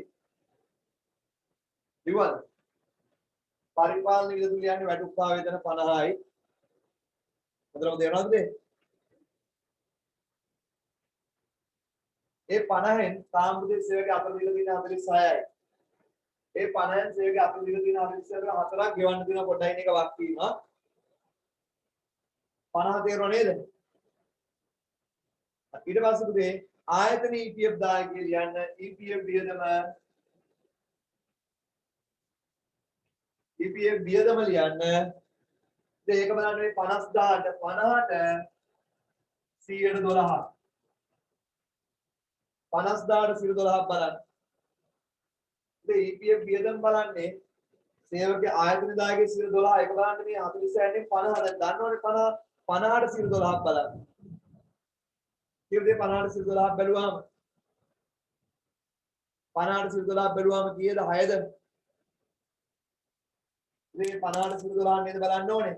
50ට 12ක් බැලුවම 6යි නේද? ඔව් 6යි. ඒ කියන්නේ ඉතින් ආයතන EPF වියදම 6යි. ලියන්න මෙතන EPF වියදමට 6යි. EPF වියදම 6යි. හරිද? 6 ලිව්වද? දැන් මට උත්තර දෙන්න. ඉතින් ආයතනයේ වැටුප් 50 වුණාට එතනින් ගෙවලා තියෙන්නේ කීයද? 46යි. ඉතින් මේ 50 මෙතන 50 ලිව්වට ගෙවලා තිබ්බේ 46යි අර සේවකගේ දායක පුරතයි මෙතන 50 ලිව්වේ. එතනින් 4ක් ගෙවන්න තියෙනවා. මේ 50න් තාම ගෙවලා තියෙන්නේ 46යි 50 එතනින් 4යි. මේ EPF වියදම 6ක් ගෙවන්න ඕනේ නේද ආයතනය? ඒක වියදමක් පුදිල්ලුවක් ගෙවන්න ඕනේ EPF එකට. එතකොට පුතේ EPF එකට ගිහලා සේවක account එකට වා දාන්න ඕනේ ඔක්කොම. මේ මෙතන 50 ලිව්වට පුතේ එතනින් 46යි විතර අතර දුන්නේ. එතනින් 4ක් account එකට දාන්න ඕනේ. මේ 4යි. මේ 6යි කීයක් දාන්න ඕනේද? 10ක් දාන්න ඕනේ නේද? 10ක්. දාන්න එපා. ජංගම වක්කීම දුල් ලියන්න. දාන්න එපා. ජංගම වක්කීම දුල් ලියන්න ගෙවියු EPF. ගෙවියු EPF. දාන්න එපා. ජංගම වක්කීම දුල් ලියන්න. ගෙවියු EPF. දේ 10ක් ගෙවන්න ඕනේ කියලා ඔයාලට තේරුණාද? 10 හැදුනේ කොහමද? මෙතන උදේ 50ක් දැම්මට එතනින් ගෙවලා තියෙන 46යි. ඒ 4යි. ආයතනයේ දායකයේ 6යි. 10යි. බලන්නේ 10න් අපි ගෙවලා තියෙනවා. 10න් කීයක් ගෙවලා තියෙනවද කියලා බලන්න. ඒ 10න් කීයක් හරි ගෙවලාද කියලා බලන්න. ඉතින් මුළු ගෙවියු EPF 10යි. 10න් කීයක් හරි ගෙවලාද කියලා බලන්න ඉතින්. 10න් කීයක් හරි ගෙවලාද කියලා බලන්න. 10න් කීයක් ගෙවලාද පුතේ කියන්නේ? 10න් ඕකේ තියෙනවා අර්ථ සාධක වියදම්. ඒක ගෙව්ව අර්ථ සාධක වියදම් කියලා ලිව්වත් කමන්නේ. පුතේ ඒක ගෙව්ව අර්ථ සාධක කියලා ලිව්වත් කමන්නේ 6ක් ගෙවලා. එහෙනම් 10න් 6ක් ගෙවලා නම් පුතේ තව ගෙවන්න තියෙන 4යි. එහෙනම් මෙතන ලියන්නේ ගෙවියු EPF 4යි. ගෙවියු EPF 4යි. ගෙවියු EPF 4යි. පැහැදිලි නේද පුතේ ඒක? ඉතින් අර EPF එක මේකේ 15යි 10යි නෙමෙයි ගියේ 12යි 8. ඊට පස්සේ මේ යන ආයතනයේ EPF එක EPF එක ඉවරයි. EPF එක ඉවරයි. ETF එක දල වැටුපෙන් 3යි. ETF එක පුතේ දල වැටුපෙන් 3යි. දල වැටුපෙන් 3යි. ඉතින් දල වැටුප 50යි 50000යි. මම 50000 කියන්නේ 50ට 3යි. ඉතින් 50ට 3යි කියන්නේ කීයද? 50ට 3යි කියලා කියන්නේ 50000ට 3යි කියලා කියන්නේ මේ බිඳුවට කැපුවා 15යි 15 10යි මුදම 1.5යි 1500යි 50000ට 3යි කියන්නේ 1500යි නේද? 50000ට 3යි කියන්නේ 1500යි. මෙතන ලියන්නේ ETF වියදම ETF වියදම 1.5යි. එක ලියන්න පුතේ මේ 6 කෙලින්. හරිද? එක 6 කෙලින් ලියන්නේ මේකම ඉලක්කම් කෙලින් අතර කරලා ලියන්න කිව්වේ. එක ලියන්න 6 කෙලින් 0.5 ඊට පල්ල ලියන්න. 1.5යි. 1.5යි 1500 තමයි 1.5 කියලා ලිව්වේ. ඉතින් ETF වියදම 1.5 කියන එක තේරුණා නේද ඔක්කොටම? ඒ 1.5න් දැන්ට කීයක් ගෙවලා ඉවරද කියලා බලන්න. 1.5න් දැන්ට 1500 දැන්ට කීයක් ගෙවලාද කියලා බලන්න සෙන්ටිමීටර් 1000ක් ගෙවලා නේ.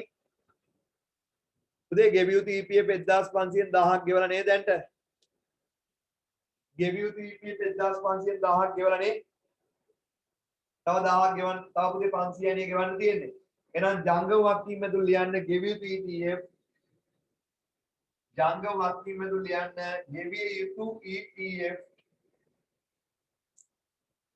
ජංගම වක්කීම තුල යන්නේ ගෙවියු ETF 1500 1000ක් ගෙවලා තව 500 මෙතන 1500 මේ දැම්මේ 1000ක් ගෙවලා තව 500යි. බිඳුව ඇල්සම් 5 බිඳුව දාන්න 4 කෙලින් දශම 5 එළියට දාන්න. බිඳුව ඇල්සම් 5යි. බිඳුව දාන්න 4 කෙලින් දශම 5 එළියට බලලා දාන්න. බිඳුව ඇල්සම් 5යි. හරිද? බිඳුවයි දශම 5යි. විභවදී බිඳුව ඇල්සම් 5 හරිද? ගෙවියු ETF බිඳුව ඇල්සම් 5යි. EPF ETF ගැලපිල්ලක් තියෙනවා අපි ගේ සතියේත් කරන්න බෑ හැමතිස්සෙම අර ශුද්ධ වැටුපට සේවකගේ දායක එකතු කරලා වැටුප් ලියන්නේ. ඒක පුතේ 110 නම් 90න් 10 බලන්නේ කියවපු ගානේ 8යි නම් 92න් 8. ඊට පස්සේ ආයතනයේ දායකයෙ වෙනම ලිව්වා. ඒ දෙක එකතු වුණේ මෙතනින් 4යි මෙතනින් 6යි ගෙවියු EPF 10යි 10න් 6ක් ගන්න නිසා 4යි. ඊට පස්සේ ආයතනයේ ETF වියදම් පුතේ මේ 50000ට 103 බැලුවා 1505යි. ඒකෙන් 1000ක් ගෙවලා තිබෙන නිසා මෙතන ලිව්වා ගෙවියු ETF 0.5යි. හරි නේද? ඉතින් ඔක්කොම තේරෙනව නේද ඒවා? හරි ඊට පස්සේ බලන්න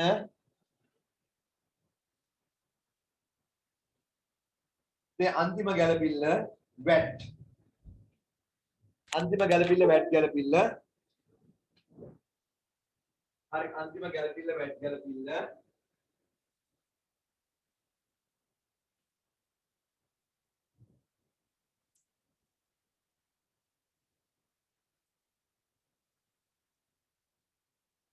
ඉතින් අන්තිම ගැළපිල්ල අහගෙන ඉන්නේ VAT. හරි. VAT එක තේරුම් ගන්න උදේ සරලව මහා ලොකු දෙයක් නැහැ. මෙන්න මෙච්චරයි උදේ. ඔයා 100කට භාණ්ඩයක් විකුණන්න ඉන්නවා නම් 100කට භාණ්ඩයක් විකුණන ලංකාවේ දැන් ක්‍රියාත්මක රටබත් ප්‍රතිශතය 8යි 19 12යි එක ඉඳලා 8 කරා. මේ රජයේ බලයට පත් වෙච්ච දවස් වල පුතේ 15ක් තිබ්බ වැට් එක 8ක් කරා. වැට්බත් ප්‍රතිශතය අඩු කරා. හරි. ඒකේ සහනීය පාරිභෝගිකයට ආවද කියලා මට නම් ගැටලුවක් තියෙනවා. කොහොමද වැට්බත් ප්‍රතිශතය අඩු කරා. හරි. භාණ්ඩ මිල අඩු වුණාද කියලා ප්‍රශ්නයක් තියෙනවා. 100යි. දැන් මේක අහගෙන ඉන්නකො ලංකාවේ වැට්බත් ප්‍රතිශතය 15 තිබ්බ එක 8 කරා 12යි එකේ ඉඳලා 19.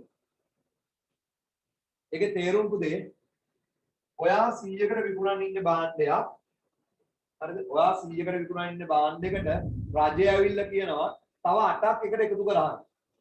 එකතු කරලා පාරිභෝගිකයන් කීයක් ගනින් කියලාද? 108ම ගන්න කියලා. ණයට විකුණනවා නම් ණයකට 108ම ගන්න. අරගෙන අපිට තියාගන්න පුළුවන් කීයද? අපිට තියාගන්න පුළුවන් 100යි. ඒක තමයි විකුණු. අර 8 රජයට දෙන්න කියනවා. මේක රජයට අපි ගෙවන්න ඕනේ. එතකොට පුතේ වැට් බදු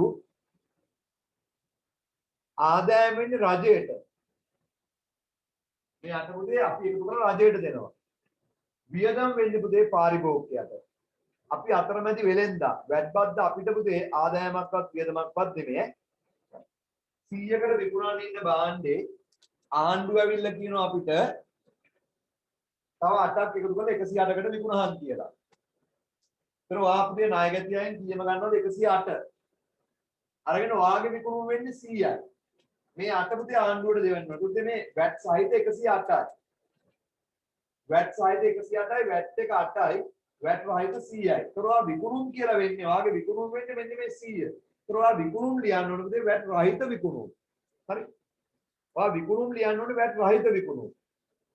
ගණිතෙත් ඒ වගේ පුතේ. ඔයා වැට් සහ ලියාපදිංචි වෙලා නම්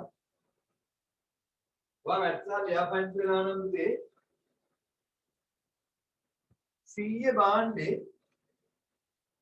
වැට් එක්ක ඔයාලට ලැබෙන්නේ 108කට.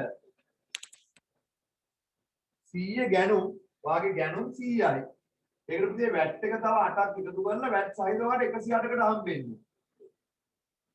වැට් සහිත 108කට. හරිද? මේක 108 වැට් සහිත. ඔයක පුතේ ඔයා නායිමියට කීයම ගෙවන්න ඕනද? නැත්නම් ආ සල්ලි වලින් ගෙවනවා 108ම ගෙවන්න ඕනේ. වැට් සහිත.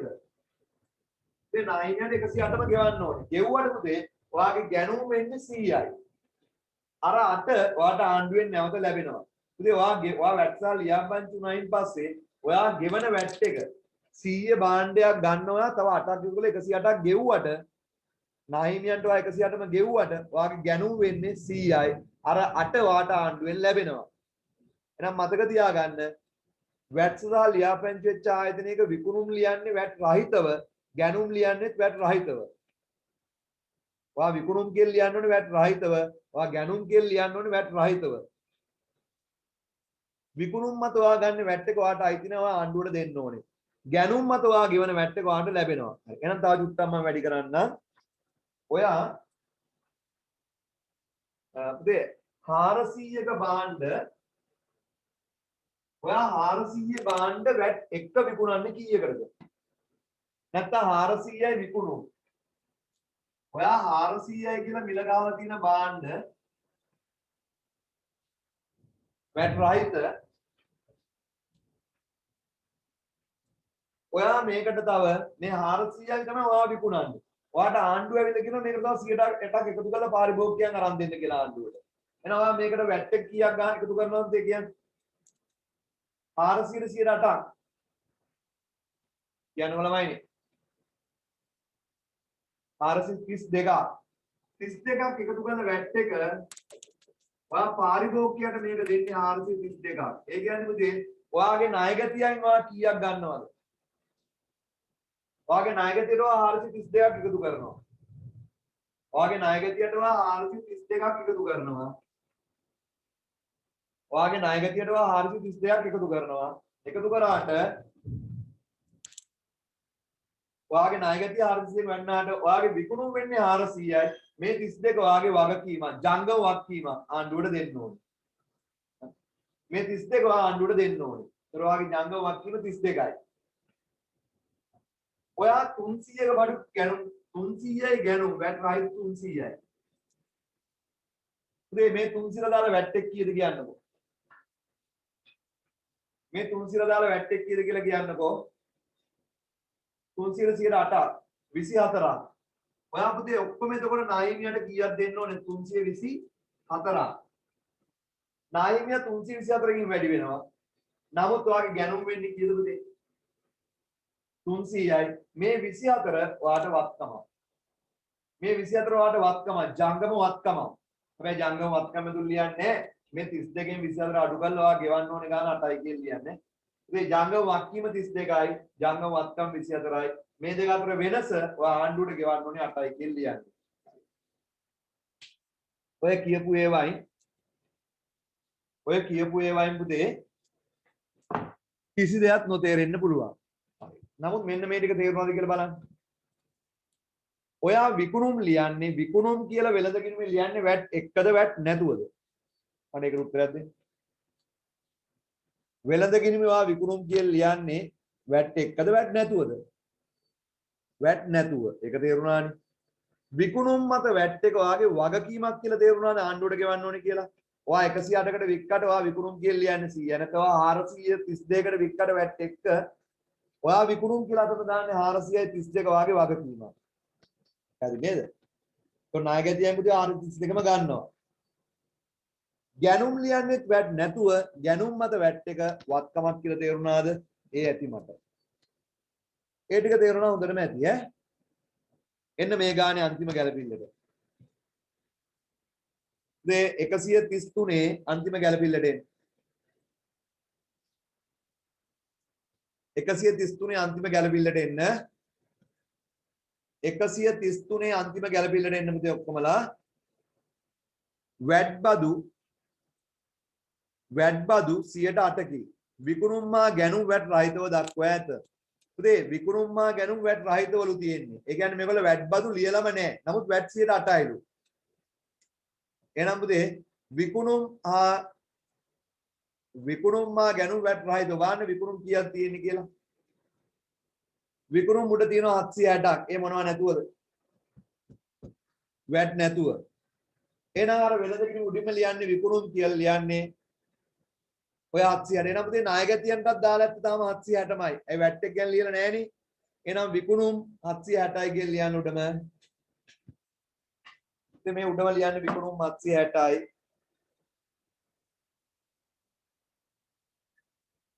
විකුණුම් 760යි.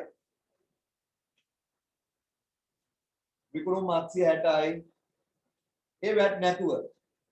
ඉතින් ඔකට වැට් එක කීයද කියන්නේ? ඔකට වැට් එක කීයද කියලා බලලා කියන්න මට. විකුණුම් 760 ලිව්ව වැට් නැතුව. විකුණුම් වැට් නැතුව තියෙන කියලා අපිට කිව්වා. ඔය 70ට 108ක් බලලා වැට් එක කීයද කියලා කියන්නේ දැන් කැල් එකක් තියෙනවානේ 70 වැඩි කරන්න 0.8 108 බලන්න එහෙමයි. CM වැඩි බෙදලා 8ෙන් වැඩි කරන්න ඕනේ. 70 වැඩි කරන්න 0.8ෙන්. කීයද වැට් එක එන්නේ කියන්නේ?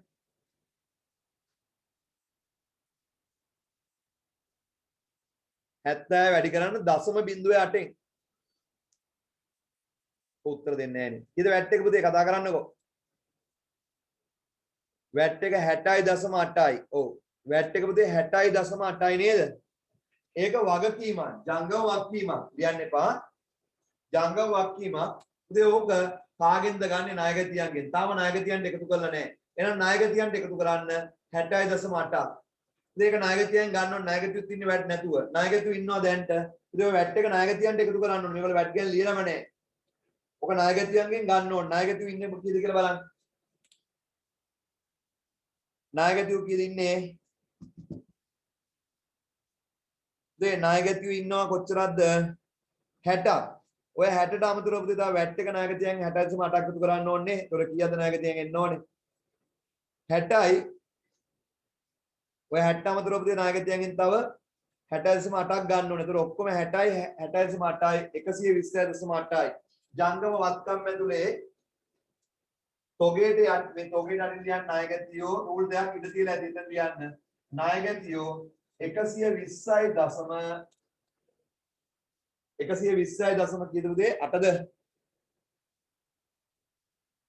120යි දශම 8යි පළවෙනි දිරුවට දාන්න. ජංගම වත්කම් ඇතුලේ තොගේට යටින් නායකයෝ කියලා ලියලා තොගේට යටින් නායකයෝ කියලා ලියලා එතන ලියන්න පළවෙනි දිරුවට නායකයෝ 120.8යි. නායකයෝ 120.8යි. නායකයෝ 120.8යි. ඒතකොට එතන වැට් එක ගෙවිය යුතු වැට් අපේ වගකීමක්. ජංගම වගකීම තුල ලියන්න ගෙවිය යුතු වැට්. ජංගම ගාන දාන්න එපා. ජංගම වගකීම තුල ලියන්න ගෙවිය යුතු වැට්. මේ කීයද වගකීම 60.8යි. දාන්න එපා පුතේ මෙතනට. 60.8 මෙතන දාන්න එපා. වරහණක් කරලා මෙතන දාගන්න 60.8 වරහණ වහන්න එපා. ජංගම වගකීම තුල ගෙවිය යුතු වැට් කියලා ලියලා ජංගම වගකීම තුල ගෙවිය යුතු වැට් කියලා ලියලා ජංගම වගකීම තුල ගෙවිය යුතු වැට් කියලා ලියලා මම දාන 60.8 ඒක වගකීම වලට එකපාර දාන්න එපා මම හේතුව කියන්නම්. හරි විකුණුම් මත වැට් කතාව තේරුණාද? විකුණුම් වැට් නැතුව ලිව්වා. මේගොල්ලෝ වැට් ගැන ලියලම නැහැ. ඒක නායකයන්ට පුතේ වා 60.8 එකතු කරා. ගෙවපදේශා වගකීමක් විදියට ලිව්වා. හරි? වගකීමක් විදියට ලිව්වා. ගැනුම් බලන්න පුතේ ගැනුම් කීයද දීලා තියෙන්නේ කියලා. බලන්න ගැනුම් කීයද දීලා තියෙන්නේ කියලා බලන්න ඕගොල්ලෝ. පුතේ ගැනුම් කීයද බලන්න දීලා තියෙන්නේ බලන්න. ගැනුම් දීලා තියෙනවා අපිට 340ක් ඒත් වැට් රහිතව. පුතේ ගැනුම් 340ක් තියෙන වැට් රහිතව. එහෙනම් අපි ඉතින් මේගොල්ලෝ වැට් ගැන ලියලා නැහැ. තාම නාහිමියන්ට වැට් එක එකතු කරලත් නැහැ. කිසිම දෙයක් වැට් ගැන ලියලා නැහැ ඒකයි. ගැනුම් වැට් රහිතව 340යි. ලියන්න විකුණුම් පිරිවැයට උඩමුළුලේ ආරම්භක තුගේ ලියන්නේ එතනම තියෙන 46.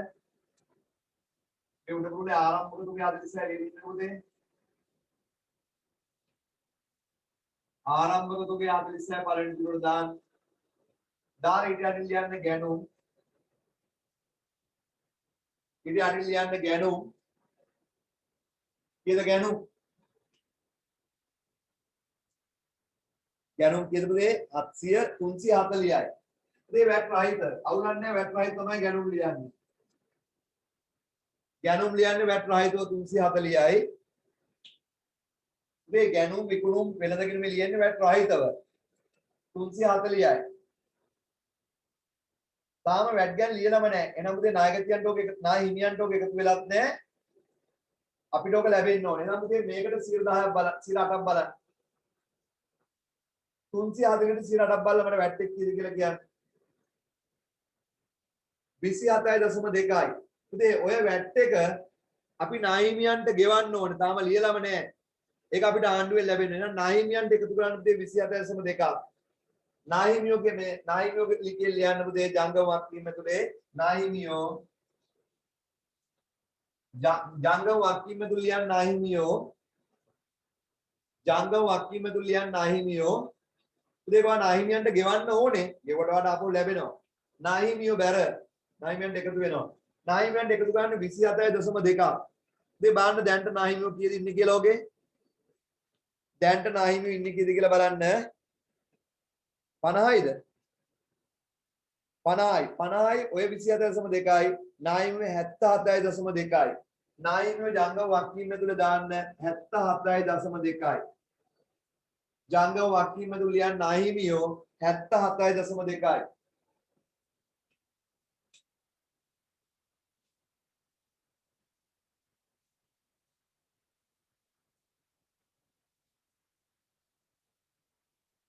ජංගම වක්කීම තුල ලියන්න නාහිමියෝ 77.2යි. ජංගම වක්කීම තුල ලියන්න නාහිමියෝ 77.2යි. ඉතින් 77.2ක් වා නාහිමියන්ට ගෙවන්නේ ඒක වැට් එක 27.2යි. ඒක වාට ආපහු ආණ්ඩුවෙන් ලැබෙනවා. ඒක වාගේ ජංගම වත්කම. නමුත් මේ ජංගම වත්කම තුල ලියන්න එපා. ඒත් ගැනුම් මත වැට් එක වාගේ වත්කම. ජංගම වත්කම තුල ඒක ජංගම වත්කමක් තමයි ඇත්ත. නමුත් ඒක ජංගම වත්කම තුල ලියන්නේ නැහැ. ඒක ජංගම වත්කමක් ඇත්ත. නමුත් ඒක ජංගම වත්කම තුල ලියන්නේ නැහැ. කොහෙද ලියන්නේ? ඒක ජංගම වත්කමක්. නමුත් ජංගම වත්කම තුල ලියන්නේ නැහැ. කොහෙද ලියන්නේ වා ඒක?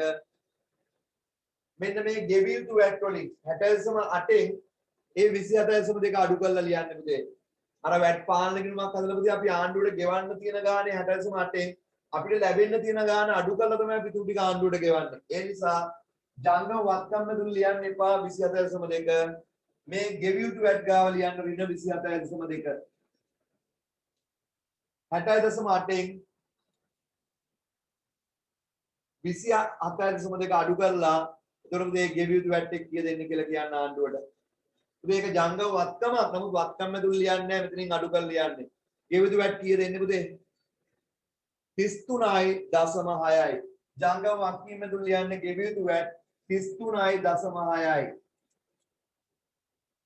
ජංගම වක්කීම තුල ලියන්න ගෙවි යුතු වැට් 60.8න් වගකීමෙන් අපිට ලැබෙන්න තියෙන වැට් එක 27.2 අඩු කරලා ගෙවි යුතු වැට් කියලා ලියන්න 33.6ක්. 33.6යි.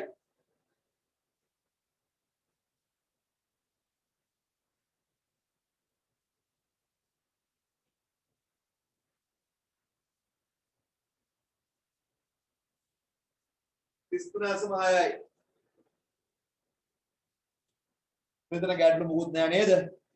ඔච්චරයි පුතේ. හරි. වැට් ගැලපිල්ලේ කිසිම දෙයක් නොතේරුණා කියලා ඔයාලට තේරෙනවා ඇති. නමුත් නොතේරුන්නේ ඔයාලට තේරුණා. විකුණුම් ලියන්නේ වැට් රහිතව කියලා තේරුණාද? ඒ ඇති. විකුණුම් මත වැට් එක වක්කීමක් කියලා තේරුණාද? ඒක ණයගතියෙන් අය කරගන්නවා කියලා තේරුණා. ඔය තේරලා තියෙන්නේ. ගැනුම් ලියන්නේ වැට් රහිතව කියලා තේරුණාද? ගැනුම් මත වැට් එක පුතේ අපිට වත්කමක් කියලා තේරුණාද? ඒක නාහිමියන්ට ගෙවන්න ඕන නාහිමියන්ට එකතු වෙනවා. ඒක නාහිමි වැට් එක ඉන්න ඕනේ. පුතේ ගැනුම් මත වැට් එක අපිට ආණ්ඩුවෙන් ලැබෙනවා කියලාත් පැහැදිලි නේද? ඔය ටික පුතේ 3-4 සැරයක් කරන්න. ඔය ටික ඇති ඊට පස්සේ ගණන් වලදී පුතේ තව තියෙනවා වැට් ඉස්සරහට දාලා හරි. දැන් ඔය ශේෂ වෘක්ෂ මේ නොදාපු ටික ටක් ගාලා ලියමු පුතේ. ලියලා ගාන සමානයි. ගැළපිලි ටික ඉවරයි. ගැළපිලි ටික ඉවරයි. දැන් ඔය ශේෂ වෘක්ෂ මේ නොලියපුවා ලියමු අපි. මොනවද තියෙන්නේ? විකුණුම් ලිව්වා. ආරම්භක තොගේ 46 ලිව්වා. ගැනුම් ලිව්වා. ගෙනීමේ කුලි 77යි.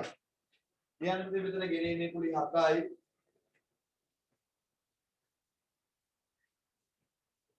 ගෙනීමේ කුලි 7යි. ඊට පස්සේ වැටුප්පා වේදන සුද්ධ 46 අපිට සේවකගේ දායක අඩු කරන්නේ. ඒකට සේවක දායක තුල වැටුප් කිලෝ 50 ලිව්වා. හරි. ලිපි ද්‍රව්‍ය පරිපාලන ඇතුළේ යන්න 17යි.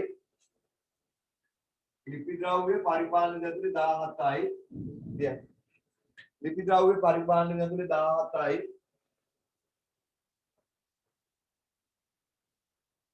ලිපි ද්‍රව්‍ය පරිපාලනය තුළ 17 ලියලා තියෙනවා.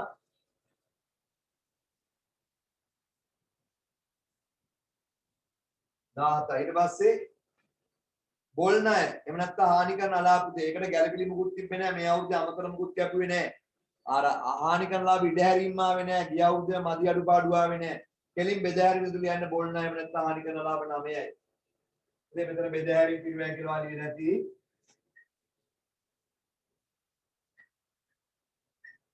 බෙදාහැරීම් පිළිවෙල දැන්ටවා මෝටර ප්‍රතිශය ලියලා ඇති. බෙදාහැරීම් මෙතන තියනවා නේද? හරි. මෙතන නෙමෙයි. බෙදාහැරීම් මේ ලියලා තියෙන්නේ. බෙදාහැරීම් මෙතන තියෙන්නේ. ඒක මෝටර ප්‍රතිශය 50 තියෙනවා. එතන ලියන්න බොල් ණය එහෙම නැත්නම් හානි කරන අලාභ කීයද? 9යි. බොල් ණය එහෙම නැත්නම් හානි කරන අලාභ 9යි. උදේ හානි කරන අලාභ ඉඩ හැරීම අවුරුද්ද මුලට 4යි. හානි කරන අලාභ ඉඩ හැරීම අවුරුදු මුලට 4යි. ඒ කියන්නේ මේ 4 ගිය අවුරුදු වියදමට දාලා තියෙන්නේ. මේ අවුරුදු වියදමට දාන්න බෑ. මේ අවුරුද්ද දාන්නේ ගැළපිල්ලක තව 5යි කිව්වනම් තව එකක් දාන්න ඕනේ. මේ අවුරුද්ද ඒවා මුකුත් නැහැ.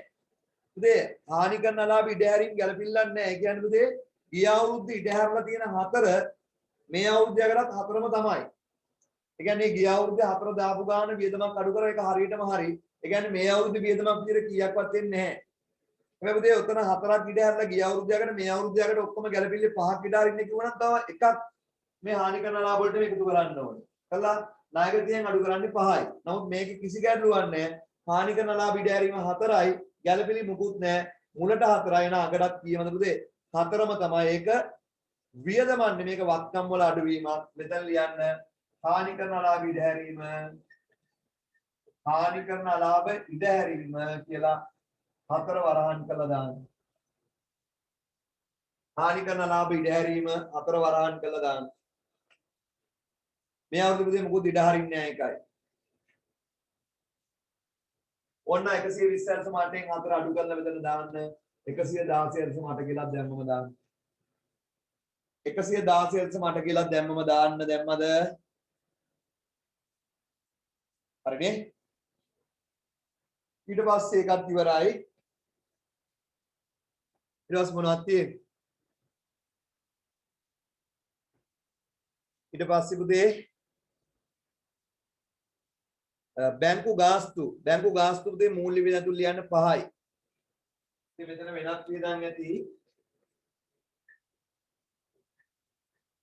වෙනත් වියදම් තුලේ පරිත්‍යාග කියලා අට එක විතරයි ඒක දෙවෙනි තුන දාලා වරහන් කරලා ඇති. ඊට පස්සේ මූල්‍ය වියදම් මූල්‍ය පිරිවැයට ලියන්න බැංකු ගාස්තු විතා ණය පොලිස් තියෙන නිසා පළවෙනි තුනට දාන්න බැංකු ගාස්තු කීයද? මූල්‍ය වියදම් ලියන්න බැංකු ගාස්තු 5යි. මූල්‍ය වියදම් ලියන්න බැංකු ගාස්තු 5යි. මූල්‍ය වියදම් ලියන්න බැංකු ගාස්තු 5යි. පළවෙනි දිනට දාන්න.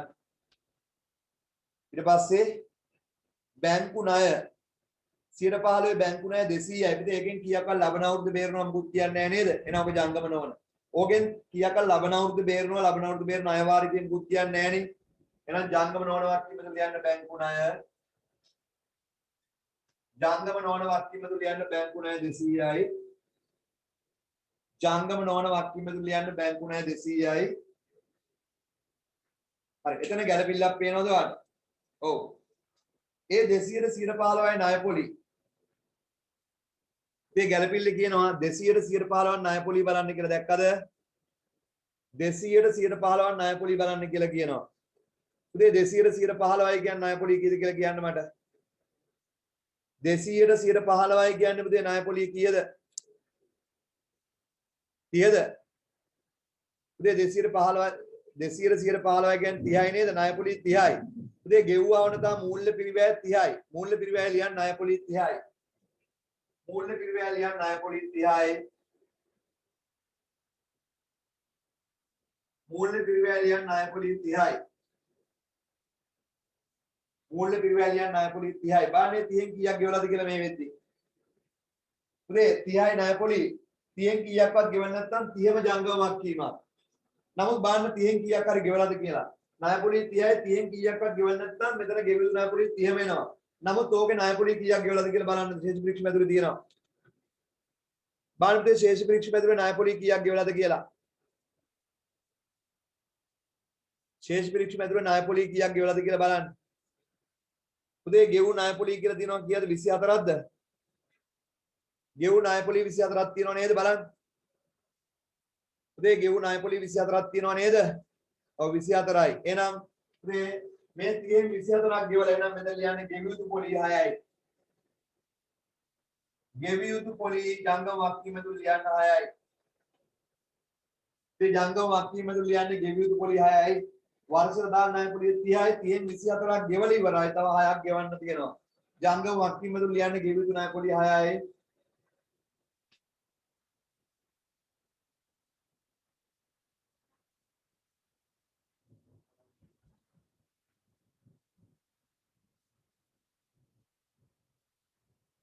ගෙවි යුතු ණයපොලි 6යි.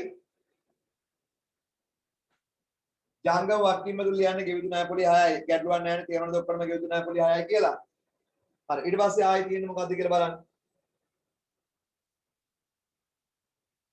ඊට පස්සේ බැංකු ණයනේ අපි ඉවර කරේ ණයපොලි හරි.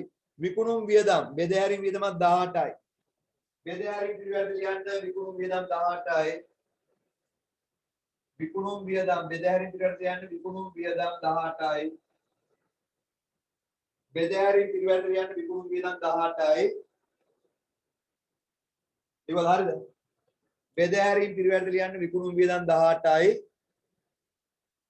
විකුණුම් වියදම් 18යි. ඊට පස්සේ ඉවනේ පුතේ 18. බෙදහැරීම් පිළිවෙලට ලියන්න විකුණුම් වියදම් 18යි. හරි. බෙදහැරීම් පිළිවෙලට ලියන්න විකුණුම් වියදම් 18යි. ඊට පස්සේ 18 ලිව්වනේ. 18යි ඊට පස්සේ 18 හරිනේ. 18යි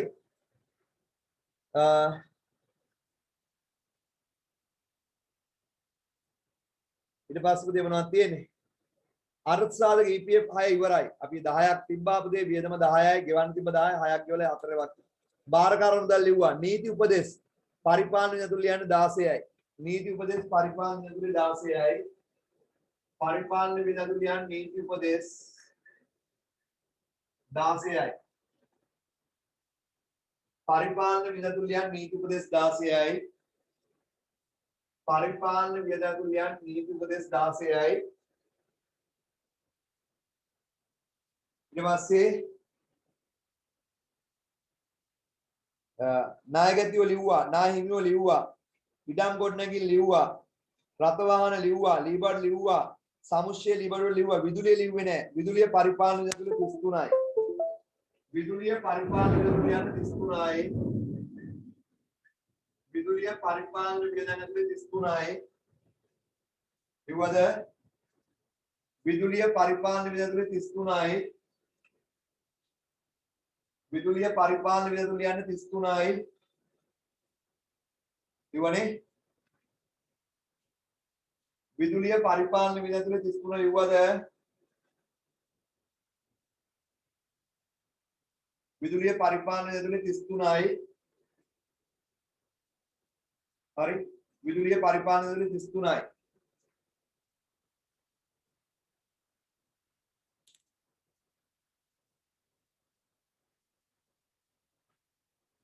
ඉතින් මට යහ ප්‍රශ්න තේරෙන්නේ නැහැ මොකද බැරකර බාරකාර අරමුදල්. හරි බාරකාර මුදල් හරි බලමු. පුතේ අපි අර්ථ සාධක ලිව්වා පුතේ බාරකාර මුදල් කියන්නේ TF සේවා නියුක්තියන්ගේ බාරකාර මුදල ඔය. සේවා නියුක්තියන්ගේ බාරකාර මුදල අපි ETF කියලා මෙතන 1.5 ලිව්වේ 1500 1000 ගෙව්වා. එහෙනම් ගෙවිය යුතු කියලා 500ක් ලිව්වා. ඒ 1000 අපි ලියලා ඉවරයි. මේ 1500 තමයි 1000. පැහැදිලිද? බාරකාර මුදල කියන්නේ TF එක පුතේ. ETF එකෙන් 1000ක් ගෙවලා 1500 ඒකයි ඔය. හරි ඊළඟට බලන්න. නීති උපදේශ ලිව්වා නායකතුලිය ලිව්වා නායම ලිව්වා ඉඩම් ඒ ටික හරි විදුලිය ලිව්වා දුරකථන ලියන්න පුතේ පරිපාලන විදුලිය 11යි දුරකථනත් පරිපාලන විදුලි මේ 11 ලියන්නේ 11යි. දුරකථනත් පරිපාලන විදුලි ලියන්නේ 11යි. දුරකථන පරිපාලන විදුලි ලියන්නේ 11යි. හරි ළමයි නේද? දුරකථන පරිපාලන විදුලි ලියන්නේ 11යි. ඊට පස්සේ ප්‍රාග්ධනය මේ හිමිකම් මෙදුරු උඩින්ම ලියන්න ප්‍රාග්ධනය. හිමිකම් මෙදුරු උඩින්ම ලියන්න ප්‍රාග්ධනය. හිමිකම් මෙදුරු උඩින්ම ලියන්න ප්‍රාග්ධනය. තුන්වෙනි දිනම දාන්න කීයද? 933යි. හිමිකම් මෙදුරු උඩින්ම ලියන්න ප්‍රාග්ධනය 933යි. තුන්වෙනි දිනම දාන්න. දැම්මද? දැම්මනේ? ඊට පස්සේ මෝටරත ණය ලිව්වා අපි. දුන්වට්ටම් බෙදහැරින් වියදමක් 6යි. දුන්වට්ටම් ලියන්න බෙදහැරින් ඇතුලේ 6යි. බෙදහැරින් පිරිවැය ඇතුලේ ලියන්න දුන්වට්ටම් 6යි. බෙදහැරින් පිරිවැය ඇතුලේ ලියන්න දුන්වට්ටම් 6යි. බෙදහැරින් පිරිවැය ඇතුලේ ලියන්න දුන්වට්ටම් 6යි. බෙදහැරින් පිරිවැය ඇතුලේ ලියන්න දුන්වට්ටම් 6යි. හරිද? දුන්වට්ටම් 6යි. ඊට පස්සේ මොනවද තියෙන්නේ? ලැබූ කොමිස් ලිව්වා. ගෙන යාමේ කුලි බෙදහැරින් ඇතුලේ ලියන්නේ 25. ගෙන යාමේ කුලි බෙදහැරින් ඇතුලේ ලියන්නේ 25යි. ගෙන යාමේ කුලි බෙදහැරින් පිරිවැය ඇතුලේ ලියන්නේ 25යි. ගෙන යාමේ කුලි බෙදහැරින් පිරිවැය ඇතුලේම ලියන්නේ 25යි ලිව්වද? ගෙන යාමේ කුලි බෙදහැරින් ඇතුලේම ලියන්නේ 25යි. හරි. ගෙන යාමේ කුලි බෙදහැරින් පිරිවැය ඇතුලේම 25 ලියන්න. ඊට පස්සේ නිවස පිරිසුදු කිරීම දිනුදු වික්‍රමසිංහ. උදේ නිවස පිරිසුදු කිරීම දිනුදු වික්‍රමසිංහගේ නිවස 6යි. ඒ කියන්නේ මේ නිවස පිරිසුදු කරලා තියෙන්නේ සල්ලි ගෙවලා ව්‍යාපාරයෙන් සල්ලි ගෙවලා අයිතිකාරයෙක්ගේ ගෙදර පෞද්ගලික ගේ ව්‍යාපාරයේ සල්ලි වලින් ගෙවලා තියෙන එක ව්‍යාපාරයේ වියදමක් විදියට ලියන්න බෑ. ඒක පුතේ අයිතිකාරයෙක් ගැන්ලි විදියට ගන්න වෙන්නේ. මේ හිමිකම් ඇතුලේ පුතේ යන්තුලේ සුද්ධලාභය ලියන්න. හිමිකම් ඇතුලේ සුද්ධලාභය ලියලා ඒක අපි මෙතනින් හම්බුණා දාලා රූල සුද්ධලාභයට යටින් රූලක් අතහැරලා ලියන්න වෙන ගැණිලි. සුද්ධලාභයට යටින් රූලක් අතහැරලා ලියන්න වෙන ගැණිලි. මේ කීයද ගැණිලි? සුද්ධලාභයට යටින් රූලක් අතහැරලා ලියන්න වෙන ගැණිලි. කීයද ගැණිලි? මේ වෙන මොකුත් ගැණිලි නැහැ 6 විතරයි. මේ දෙවන දිනම දාන්න වරහන් කළා 6ක්. තුන්වෙනි දිනම දාන්න වරහන් කළා 6යි. ගැණිලි 6යි. හරිද? 6 ලිව්වා නේද? ගැණිලි 6යි. ඊට පස්සේ ගැණිලි 6යි. ඊට පස්සේ මුදල් ශේෂයේ ජංගම වත්කම් මෙදුල යන්නේ 63යි. මුදල් ශේෂයේ ජංගම වත්කම් මෙදුල යන්නේ 63යි. මුදල් ජංගම වත්කම් මෙදුල 63යි. ගෙවු ණය වාරිකේ පුතේ ඔක ඉවරුණා. ණය වාරිකේ පුතේ අර මුදල් බැර කළා ණය පොලි 20යි ණයෙන් අඩු කරන් තිබ්බ 100යි නේ ණය වාරික කිනුමට දැම්මේ. ඒක අපි ණය වාරික කිනුමෙන් අයින් කළා. ඒ කිනුම දෙකට දැම්මම ඔය ණය වාරික කිනුම ඉවරුණා. හරි. ගැළපිලි ටික සේරම ඉවරයි නේද පුතේ? ගැළපිලි ටික සේරම ඉවරයි නේද? ඔව්. ගැළපිලි ටික සේරම ඉවරයි. දැන් එහෙනම් පුතේ අපි මේක ඉවරයක් කරලා දාමු. ගැළපිලි ටික ඉවරයි. දැන් මේක ඉවරයක් කරමු. අපි ටක් ගාලා ඉවර කරමු. එහෙනම් පුතේ මේ වියදම් තුන එකතු කරලා ඉරක් ගාලා 6යි 7යි 13යි 3 දැම්ම එකක් ඉතුරුයි. 4 4 8 1යි 9යි 9යි 3යි 393න් භාණ්ඩ පරිත්‍යාගයට අඩු කරන්න. ඔයගොල්ලෝ හදාගෙන යන්න 393න් භාණ්ඩ පරිත්‍යාග 8 අඩු කරාම 385යි. 385ක බඩු වලින් 40ක බඩු ඉතුරුයි. 385න් 40ක බඩු ඉතුරුයි කියන්නේ විකුණුම් පිරිවැය කියදෙන්නේ 345යි. මේ 385න් 40ක බඩු ඉතුරුයි කියන්නේ විකුණුම් පිරිවැය 345යි නේද? 345යි. එහෙනම් උඩ විකුණුම් 760යි. විකුණුම් පිරිවැය 345යි. උදේ 760කට විකුණන්නේ 345ක බඩු. දල්ලාභෙ කීයද කියලා බලන්න. තමයි දල්ලාභෙ කීයද කියලා බලන්න. 10න් 5ක් 5යි. 5න් 4ක් 1යි. දල්ලාභෙ 415ද? තමයි දල්ලාභෙ 415යි නේද? දලලාභෙ 415යි. දලලාභෙ 415යි. එහෙනම් පුතේ දලලාභෙ 415 වලට කොමිස් ආදායම් 18 එකතු කරන්න. ඒකට 5යි 8යි 13යි 3 දැම්ම එකක් ඉතුරු වෙයි. 3යි 433යි. 433යි. බෙදෑරීම් විදන් ටික එකතු කීයද කියලා බලන්න. මේ බෙදෑරීම් පිරිවැය ටික එකතුව දෙවන පිටුවට දාන්න කීයද බලන්න බෙදෑරීම් පිරිවැය ටික 9 8යි 17යි 17යි 6යි 23යි 5යි 28යි දෙකක් ඉතුරුයි 2යි 5යි 7යි 7 1 8යි 8යි 2යි 10යි 108යි නෑ වැරදි ඉතින් බෙදෑරීම් පිරිවැය 9 8යි 17යි 23යි 28යි දෙකක් ඉතුරුයි 2යි 5යි 7යි 8යි 10යි 100 බෙදෑරීම් පිරිවැයකද 108ද 108යි යෝ බෙදෑරීම් පිරිවැය ටික 108යි වරහන් කළා දාන්න බෙදෑරීම් පිරිවැය ටික 108යි වරහන් කළා දාන්න බෙදෑරීම් පිරිවැය ටික 108යි වරහන් කළා දාන්න පරිපාලන ටික කීයද කියලා බලන්න මේ පරිපාලන ටික කීයද කියලා බලන්න බෙදෑරීම් ටික 108යි පරිපාලන ටික කීයද කියලා බලන්න 0.5යි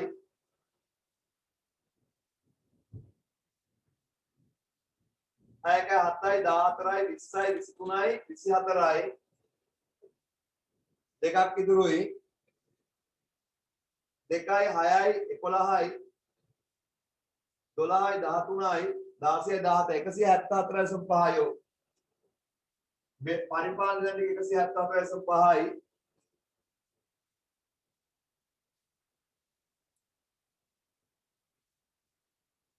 දැන් මූල්‍ය වියදම් දෙකක් තිබ්බේ මෙතන මෝටරද ණය පොලියක් තිබ්බ මම ලියන්නේ නැතුවනේ මෝටරත් ණය පොලිය 20ක් තිබ්බනේ ඒක මම ලියලා නැහැ දැන් මූල්‍ය පිරිවැය ටික කීයද කියන්නේ මූල්‍ය පිරිවැය ටික 55ද 55යි වරහන් මූල්‍ය පිරිවැය ටික 55යි වරහන් කළා දාන්න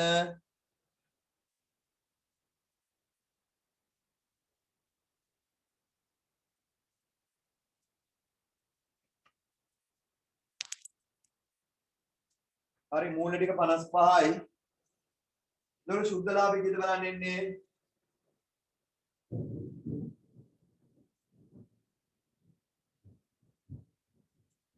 සුද්ධ ලාභය කීයද කියලා බලන්න එන්නේ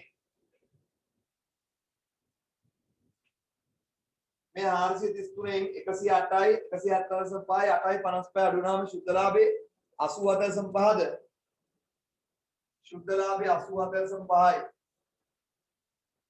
සුද්ධ ලාභේ 87.5යි හරි 87.5යි හරි එතකොට ඒක මේ ප්‍රාන්තන්ට එකතු කරන්න ප්‍රාන්තන්ට 87.5 එකතු කරන්න ප්‍රාන්තන්ට 87.5 එකතු කරාම එනවා 0.5යි 10යි එකක් ඉතුරුයි 4යි 8යි 12යි එකක් ඉතුරුයි 1020.5යි ඒකෙන් 6 අඩු කරන්න 6 අඩු කරාම 114යි 1014.5යි ජංගම නොවන වක්කීම් දෙක 500යි ජංගම නොවන වක්කීම් දෙක 500යි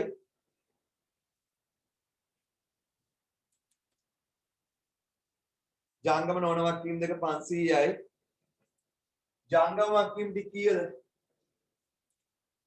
පුතේ ජංගම වක්කීම් ටික කීයද කියලා මට පොඩ්ඩක් මැසේජ් එකක් දාන්න.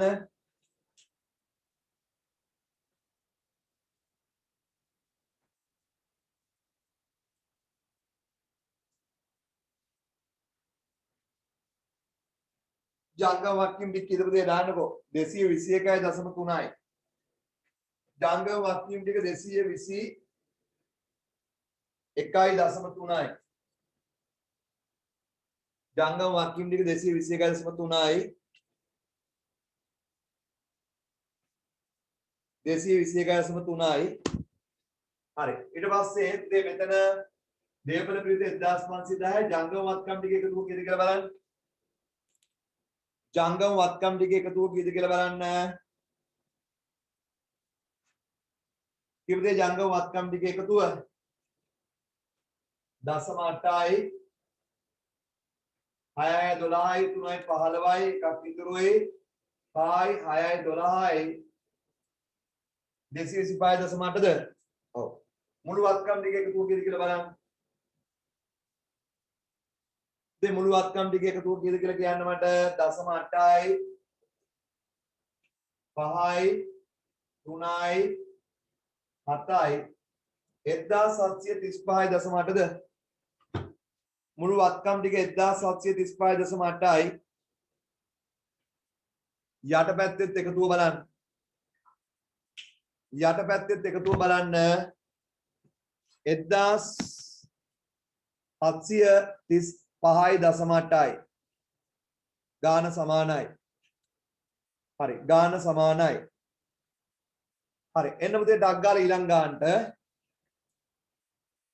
134 පුතේ මේ සතියේ ගෙදර වැඩ දෙකක් දෙනවා මම 134 අහගෙන ඉන්න පුතේ 134 විමුක්ති වෙළඳ ව්‍යාපාරයේ 21 3 ඇසල ශේෂ පිරික්සුම දීලා හරි අතිරේක තොරතුරු ගැළපිලි 6ක් දීලා ගැළපිලි 6න් මේ විදිහ අපි කරපුවා බෑ පුතේ ගැළපිලි 6ේ පළවෙනි ගැළපිල්ල බෑ ගැළපිලි 6න් පුතේ පළවෙනි ගැළපිල්ල බෑ ඒක තියලා පළවෙනි ගැළපිල්ල ඔයා දන්නේ නැහැ. හරි. පළවෙනි ගැළපිල්ල නැතුව පුතේ අනිත් ගැළපිලි ටික ඔක්කොම තනියෙන් ගෙදරදී කරලා තියන්න. හරි. ලබන සතියේදී පුතේ රූල් කරලා මං බැරනම් ඉඳ තියන පුතේ මං හදනවා ලබන සතිය ගාන. ඔයගොල්ලෝ වෙනම කොලේකාරී වෙනම පොතකාරී හදන්න ඊට පස්සේ මාත් එක්ක ලබන සතිය ගාන හදන්න තියාගන්න. ඒ ගාන මාත් එක්ක ලබන සතිය හදනවා අයි මුල ඉඳලා. හරි. ඒ නිසා පුතේ ඒකේ පුළුවන් ටික තනියෙන් හදන්න. ඊට පස්සේ ඔය ටියුට් එකේ අන්තිම පිටු අංක 25ට එන්න. පිටු අංක 25ට. ඒක පුතේ මේ සතියෙම කරන්න ඕනේ මේ සතියයි ලබන සතිය ඇතුළත කරන්න ඕනේ වැඩක් මේ කියන්නේ. පිටු අංක 25ට එන්න. පිටු අංක 25 තියෙන පුතේ ගිණුම් කරන සංකල්ප කියලා මාතෘකා පාඩම. පුතේ ඒකේ සංකල්ප ටික මම ඔක්කොම නෝට් එකක් විදිහට දීලා තියෙනවා. ඒ ටික හොඳට කියවන්න. පිටු අංක 25 ඉඳලා පිටු අංක 30 වෙනකන් හොඳට කියවන්න. පළවෙනි පාර කියුවට කිසි දෙයක් මතක නැහැ තේරුන්නේ නැති ගානක් එනවා. නමුත් අර මං කියලා දීපු නිසා පොඩි අවබෝධයක් එයි ඔයාට. දෙවෙනි සැරේ කියන්නේ ඒත් ඒ වගේමයි. තුන්වෙනි සැරේ කිව්වම පොඩි අවබෝධයක් එනවා. තුන් සැරයක් කියවන්න ඉස්සෙල්ලම. කියවලා පිටු අංක 31 ඉඳලා පිටු අංක 31 ඉඳලා පිටු අංක 39 වෙනකම් තියෙන තනි කරපු දේ මේ සංකල්ප වලින් කෙටි ප්‍රශ්න. මේ ප්‍රශ්න වලින් තමයි අපි වාර විභාග ප්‍රශ්න ටික හැදෙන්නේ. පිටු අංක 31 ඉඳලා පිටු අංක 39 වෙනකන් තියෙන පුතේ ඔක්කොම කෙටි ප්‍රශ්න. ඒ ටික කරන්න. පොත බල බල හරි කරන්න. මේ සංකල්ප ටික බල බල උත්තර හොය හොය හරි කරන්න පුතේ. ඒ ටික කරලා තියන්නේ මේ සතියයි ලබන සතියයි ඇතුළත. ඊට පස්සේ පුතේ ඒකට මම වෙනම අතිරේක පන්තියක් දාලා ඒකේ උත්තර ටික කතා කරනවා. ඒ සංකල්ප ටික පුතේ මම වෙනම පන්තියක කතා කරනවා. මේ මාසෙම ඉවර කරනවා. සති දෙකක් ඇතුළත ඉවර කරනවා. ලබන ඉරිදා ඊළඟ ඉරිදා ඇතුළත ඒක ඉවර කරලා තියන්න. එහෙනම් පුතේ සංකල්ප ටික. ඒතකොට සංකල්ප ටික ඉවරයි. ඒතකොට මේ ටියුට් එකෙන් දැන් ඉතුරු වෙලා තියෙන ඊට පස්සේ 130 දැන් අපි 130 හතරක් ඔයාලට පුළුවන් නම් හදන්න කිව්වනේ 135 136 130 ගණන් හතරයි තව ඉතුරුලා තියෙන්නේ. ඒ ගණන් අතර පුතේ තව ඉරිදාවල් දෙකක් විතර යද්දි ඉවරයි. ඒතර මේ ටියුට් එක තව ඉරිදාවල් දෙකක් විතර යද්දි ඉවරයි. ඒ නිසා මම ජූලි මාසෙට අදාළ ටියුට් එක ලෑස්ති කරලා ඉවරයි දැන්. හරි ජූලි මාසෙට අදාළ ටියුට් එක නිෂ්පාදන පිරිවැය ලේඛන ඉස්කෝලේ කරලා ඇත් සමහර විට. නිෂ්පාදන පිරිවැය ලේඛන නැත්නම් නිෂ්පාදන ගිණුම්. හරිද? ඒක ඉස්කෝලේ මේ වෙද්දි කරලා මෙන්න මේ ටියුට් එක. හරි? ඉතින් ඒක දැන් මම ලෑස්ති කරලා ඉවරයි ඕගොල්ලන්ට.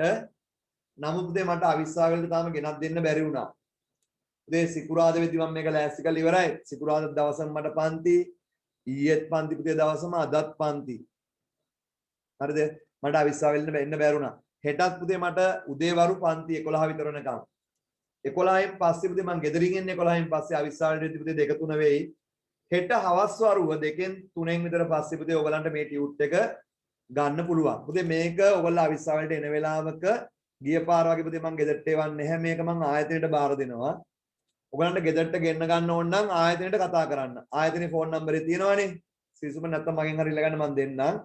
හරි. ආයතනයේ හරහා පුතේ මේක මම මේ ගමන බෙදන්නේ. ඔයගලන්ට පුතේ දැන් හෙට ඉඳලා පුතේ මම හිතන්නේ පළාත් අතර යන්න පුළුවන්. මම හිතන විදියට. එහෙම වුණොත් පුතේ ඔය නගරෙට වෙන වෙලාවක ඔයගලේ අම්මලා තාත්තලා කවුරු එනවනේ. ඉතින් මේක ඇවිල්ලා අරයි යන්නේ. හරිද? මේක පුතේ මම දෙන්නේ ජූලි මාසේ ක්ලාස් ෆීස් එකත් එක්ක. ඉතින් ඒකත් පුළුවන් නම් ගෙවලා මේක ගන්න. හරි? ජූලි මාසෙට අදාළ හරි? ජූලි මාසෙට අදාළව මේක තියෙන්නේ. ඒකත් ගෙවලා පුතේ මේක ගන්න. මම මේක පුතේ හෙට හවසින් පස්සේ ගෙනත් තියෙනවා. දැන් අද එන්න එපා පුතේ. අද නෑ මේක. හෙට හවසින් පස්සේ මේක ශ්‍රී සුමනෙන් ගත හැකියි. ඒ කියන්නේ හෙට 2කින් විතර පස්සේ හෙට 2කින් 2 විතර වෙයි පුතේ සමහරට 3 විතර වෙයි. හෙට නෙමෙයි අනිද්දා ඉඳලා ගන්න පුළුවන් කියලා හිතන්නකෝ ඔයගොල්ලෝ. මං තිබ්බාම පුතේ මැසේජ් එකක් දාන්නම් ගෲප් එකට. හරි? මේක ගන්න. හරි. ඒතර පුතේ ජූලි මාස ටියුට් එක ලෑස්ති. හරි. එහෙනම් පුතේ අදට මම පන්තිය මෙතනින් නතර කරන්නම්. ඔය ටික පුතේ හදලා තියන්න ඈ. පුත් ඔයගලන්ට ගැටලු එහෙම නැහැ නේ පුතේ. මේ ගොරවන හොඳට මේකයි. හරි. එහෙනම් පුතේ අදට පන්තිය මෙතනින් ඉවරයි.